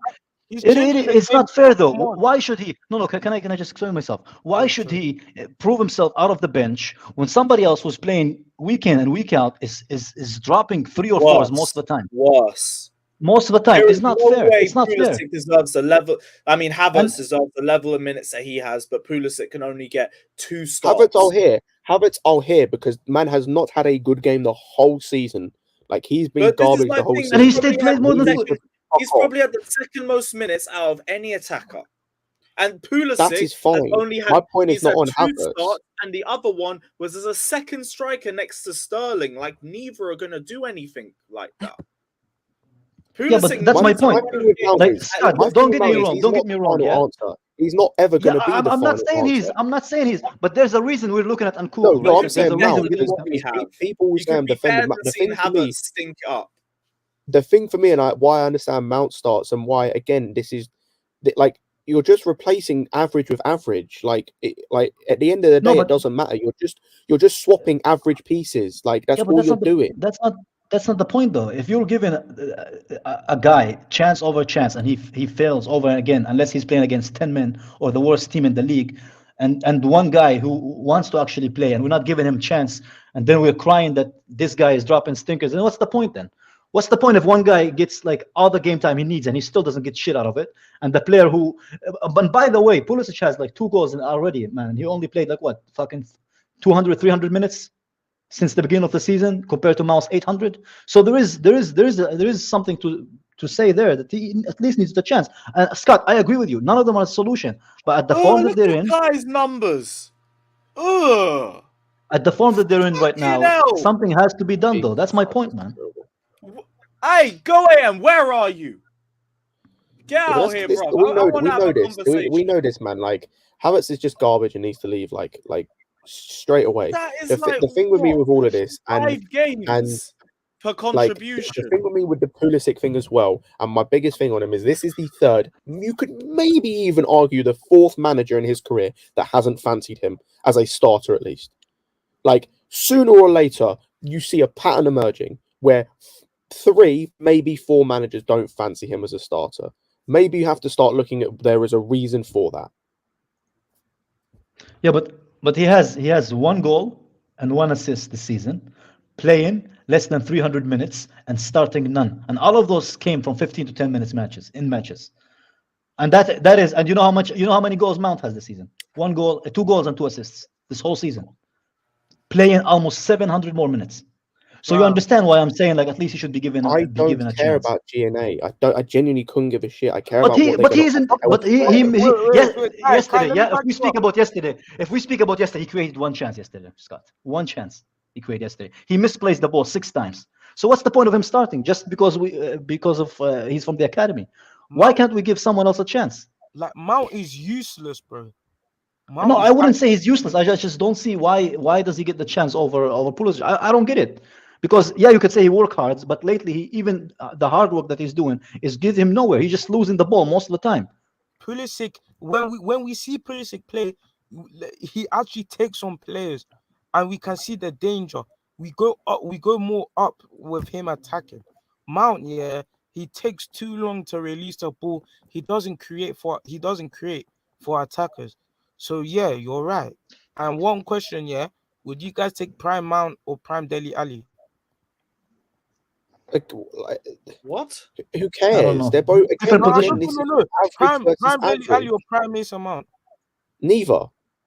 Prime. I wouldn't take either. Yeah. Probably Prime Mount to be fair.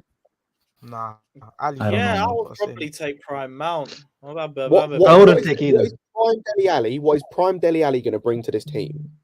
Yeah, we need PL season. The one player we need in this team, we need a Prime Hazard, man. We need Hazard would have taken this team to a different place, man. We ain't getting it's actually that's the one thing that really like kind of, because with Johnny I don't listen to him, but when he compares Mount to Hazard as far as ability and for Chelsea, it's pisses me off because I've seen Hazard carry us on big games. Like Hazard's big game numbers. No. Hazard's big game numbers are actually scary, man. It's like Drogba level. Like it's and Mount has like two. Came in his first season and averaged 38 goals and assists, and now Mount and Havertz a no. generation. You know what's even funnier? Blow up in front of my eyes. It's a load of. You know how many goals Mount has against the top 6 for the last 3 seasons? Two. Yeah. So when people compare it to Hazard, it insults me personally as a Chelsea fan. Yeah.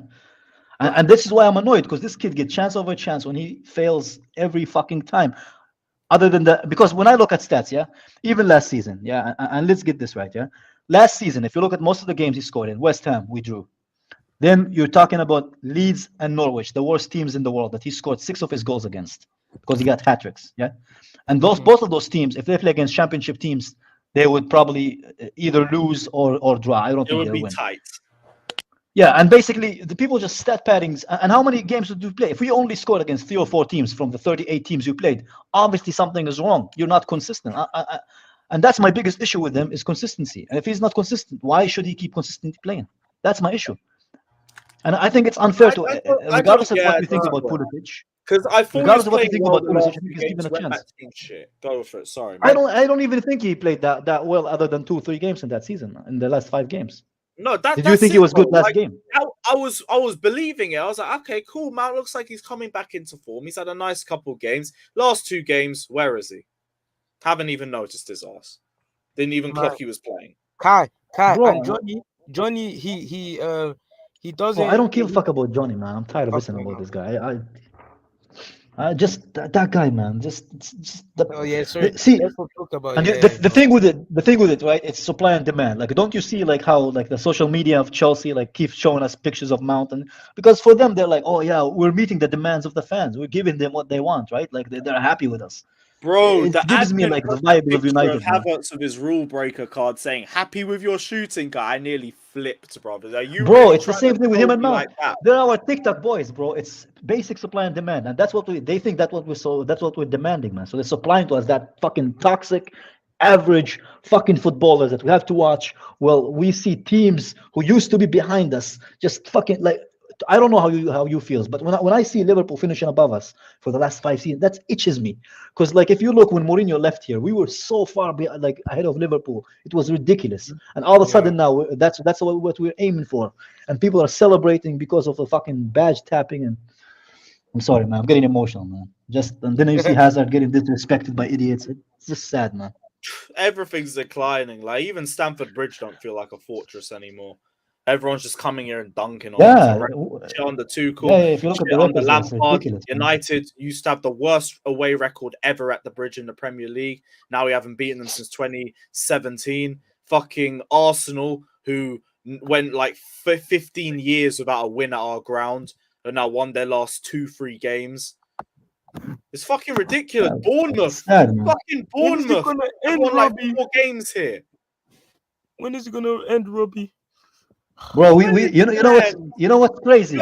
We used to compare Hazard with we used to compare Hazard with the players like Messi, Ronaldo. Now we're like, oh, Mount is better than Saka. He's better than Saka. That's the players that we fucking compare our players with. It's ridiculous, man. What happened to Chelsea, blood?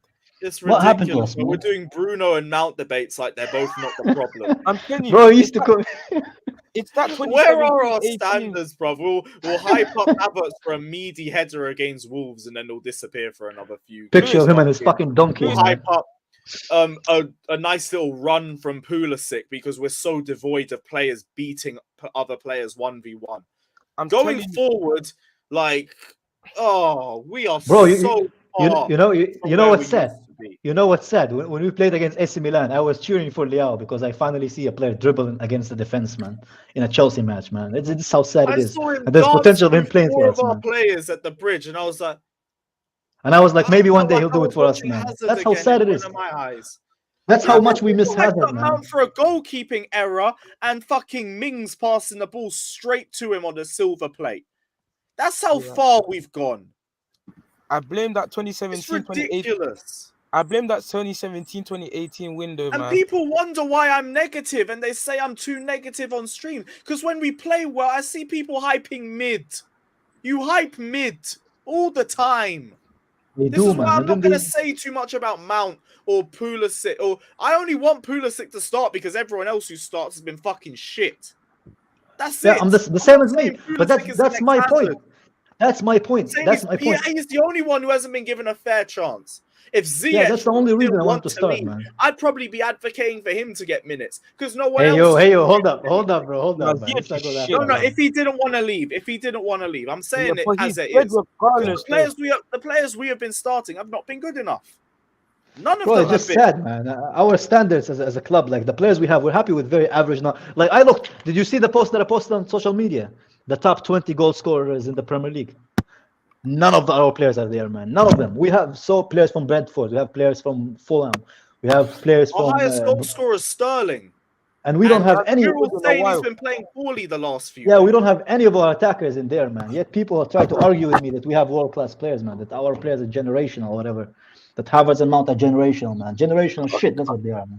I can't even lie. Like, about Havertz is that he turns up once in a generation. Depressing, Scott. I swear to God, man. I can't even lie though. Like, as much as I want like Leao or Kvaratskhelia or Nkunku or whoever, like the attack is the last area we should be looking to improve. No, I agree. We need two new midfielders. We need two midfielders. Go and get a back, like a proper right back, for fuck's sake, that can compensate for James being out. Go and get midfielders that mean we don't get overrun every fucking game and can defend.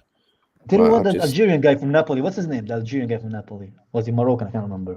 He was pretty decent at the time, but we never did do anything with him. Do you remember his name? The only Algerian from Napoli I could think of is a left back. Yeah, Gulen. No, there was one right back, man. Nah. There was an Albanian who people maybe wanted Albanian, instead yeah, of- maybe Albanian, bro. Maybe. Oh, yeah, I think. Wait, are you? What, who started? No, I don't know. I know who you're on about. I just can't see the name. Yeah, I know who you're on about. Though. Bro, Yeah, but for me, man, it's like it's sad, man. It's really is sad because we look at the quality of the club, like our heritage, just from the Premier League alone, man. We used to play counter-attack, and even those counter-attacking players would score more goals than the players that we have now, playing in the so-called attacking system. Yet we big them up like they're superstars. And that what triggers me the most, because for me, my love for Chelsea, bro, like the amount of girls are broken up because of Chelsea, man.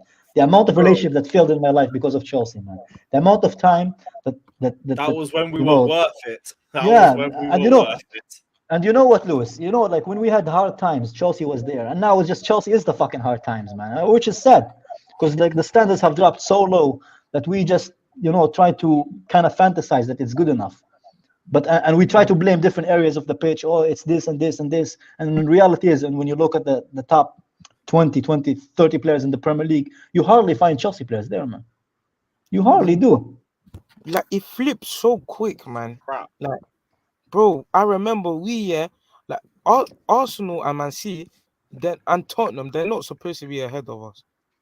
They're just not.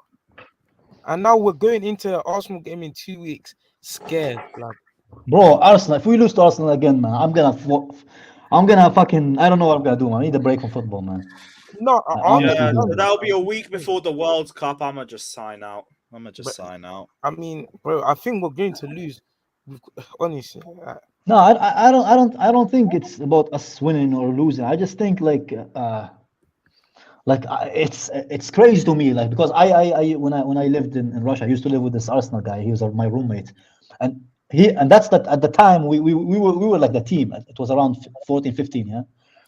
At the time every time we would win a game, he would block me on WhatsApp, man, because he knew what's coming, man. Now I block him, man, because I don't want to fucking hear it, man. The tables have fucking turned, man. Arsenal fans are happy and we're fucking miserable, man, because we did it to ourselves, man, because we were like, oh, Lampard is back. Yeah, it's great. Oh, we're gonna go places. And now 4 or 5 years, our standard is completely different from where we are now, man. Wait, back in like 14, 15, yeah, would you think like maybe right now we'd be right? Yeah, you weren't even born, bro. Stop lying, bro. Acting like you were back in the day, bro. Stop it, bro. What do you mean? Weren't even born, bro. Bro, what? I said 2014, 15, innit? I was born. How old were you for 14, 15, bro? How were you? You were 7, 6? No, I was in year 4, innit? I don't know how long. Yeah, but did you think like right now we'd be winning more Champions Leagues and league title? No, I did, but even the writing was on the wall, man. The writing was on the wall after Mourinho left, and I didn't find any fucking reasoning behind the signings that we were making. Really, Mourinho, because of the Mourinho. Wait, did you not think he deserved the sack though? I did think he deserved the sack, but I also would have looked at that squad and I was like, why did they just fucking stop playing? You know what I mean? Because you don't. Yeah. And people forget, like, the way that we were champions that season, like 14-15, wasn't any luck. We were literally the first team in history to be first from August till August. Like, we didn't move from the first position. So we were convincingly, and then we went all the way to 12, and none of those players played the consequences for me. Like, none of them paid for that. And only Mourinho paid for us. And we didn't look into that. Why did it happen? We just left it, and we paid for it with all the fucking sacking that came after it. And we didn't have a plan. So that's the thing that hurts the most. Because if we actually, like, imagine if we had the City, like the City structure, right? After you won that 14-15 team, and we built from there. Like, where do you guys think we would be in right now? And that's what keeps me up at night, man. Like, what if we built up on that? Then this Liverpool won't even exist because our team would be so damn good because we kept all of our players. I think we'd be actually better than Man City, to be honest. I really do. I don't think that Hazard would have went to Real Madrid if he actually found players around. He looked around him and he saw Morata and Willian. I think he would have stayed at Chelsea. I think we let Hazard down, and I stand by that. Oh yeah, we did. If we just surrounded him with better players, he wouldn't have left. Because if he did want to leave like that, he would have left years ago. He could have gone in 2015, and Madrid would have gone and pursued him. But he chose to stay at Chelsea for the long term. It's just we went down because we were like, oh, we've got a generational talent. We don't need anybody else. So are we putting some blame on Abramovich? 100%. Abramovich, the board, yes. Yeah. Like, Mahrez was there for the taking for 3 years. Bro, we didn't do anything. Just the spine of that 14-15 team was scary, man. People don't remember the options we had in that team. Mm-hmm. Like I would love to replace We didn't replace Matic well. We didn't replace Drogba well. We didn't replace JT. We didn't replace Fabregas. Didn't replace Fabregas. And we just kept Willian there, and then just added worse players around him. And you know what's good? I was going to say, like, so many of our problems come from the top down. Like, look at a goal. Like, just take the goalkeeping situation into account. Like, we got in, like, we literally let Courtois grab us by the nutsack to the point where we wasted 72 million on because we didn't know where we were going to go with them. Yeah. Like, on just this dude who's been garbage for us. Like, I don't care about his form at the minute. Like, look at his whole career for us. It's been subpar.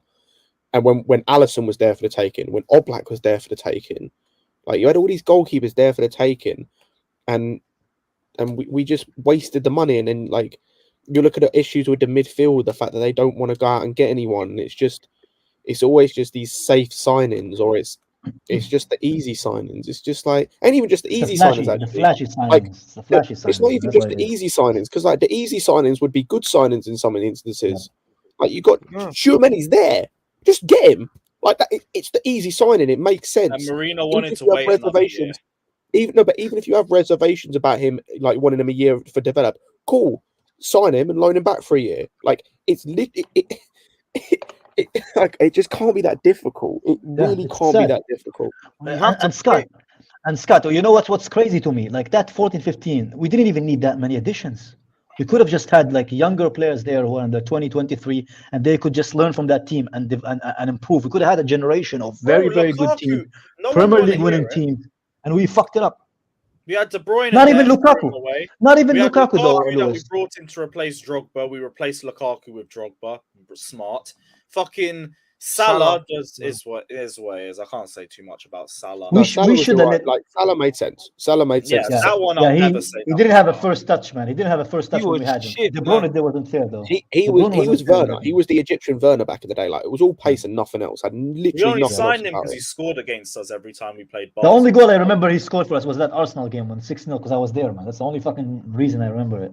Yeah, like Kai, you're right. If we had that structure as well, if we had kept And 1920, but 2021, by the way, that window is just as terrible as Bro, 17. I'm surprised Marina survived that window, man. I I'm was saying surprised. 17, 18 Bro, was the reason of our downfall, bro. That's what I'm saying. Because we wanted Van Dijk and other players, we didn't get those. Like I'm telling you, if we had a good window then, I'm just saying we would have been in a better place. But yeah, but I've said it before though. That window, like just going back like a couple of seasons, that window where all we like the Lukaku window, like that has set us back like 2-3 seasons comfortably. Yeah, that whole window has set us back like 2-3 seasons. I don't know. 17, 18, 20, 21. I don't want to be harsh on that window under Lampard, the second season, that genuinely might be the worst window we've ever had. That genuinely might top the Conte one. It might do. Both of them only have like 1 or 2 shining lights, and that's it. Because the thing, all overpriced bums. I was gonna say, because like I could be wrong, but I don't remember apart from Morata us really spending that heavily in the Conte one. Nah. Bakayoko was 40, Drinkwater 35, Emerson was 25. Kante came in the first season. Yeah, Kante was first season, but that was Chelsea buying Zappa Costa, Drinkwater. Zappa Costa and Drinkwater were our deadline day signings. Do you remember the Emanalo picture? Do you remember the Emanalo picture when you had the Chelsea ball with them? Man? That was hilarious. Bro. We got Giroud as well. No, Giroud and Rudiger were the good ones. Same way Silva and to an extent you could say Chilwell were the good ones. That window was horrible. Like Chelsea buying those players though. Like Drinkwater. Havertz was a board signing. Lampard didn't even ask for him. Fucking Werner was, Lampard was on it. But with all due respect to Lampard, with all due respect to Lampard, we should have a director of football deciding, not Lampard. Lampard was Lewis fucking Dunk, man. So also he doesn't know what the fuck he's talking about. We should have had a Lewis Campos because we could have signed Lewis Campos, but we decided not to because we wanted to keep Marina happy. Opera a few years early. We end up with Opera. Yeah, but I don't know if I wanted Oba at the time with that team that we had back then. No, I would have wanted way more then. Like he was a gunman all the time. With that window, there is a very real chance. Yeah, that's fine. There is a very real chance with that Lampard window that come the start of next season, not a single player from that transfer window will be here. Yeah, no, I'm not gonna be harsh on Bowley because I think like the fact that he's signing what's his name,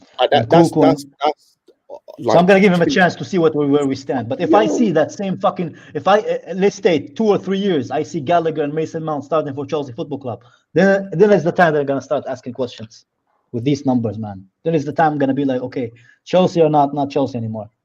Because I think as sad as it is, I think we're in the progress of that. We're starting to remind me of United when we had Welbeck and all these guys, and we were like, oh, they're good. They're from the academy. They're gonna do good for us in 10 years. And look at them now, man, where they are now. Yeah, but having American sugar daddies all nice and that, but we need to be signing players smart like PSG. Now they only realized this season, like this summer or last summer, this summer that they needed to sign smart and like cheap because I'm gonna have. Yeah, no worries. We're gonna wrap up in a second. Anyway. Yeah, PSG, they finally hit it. They need to sign smart, and now look at them. I'm not even lying. They could win the UCL this season. Like that's PSG. what we need. That's PSG. what we need. No, I don't think so. Like their midfield, that they.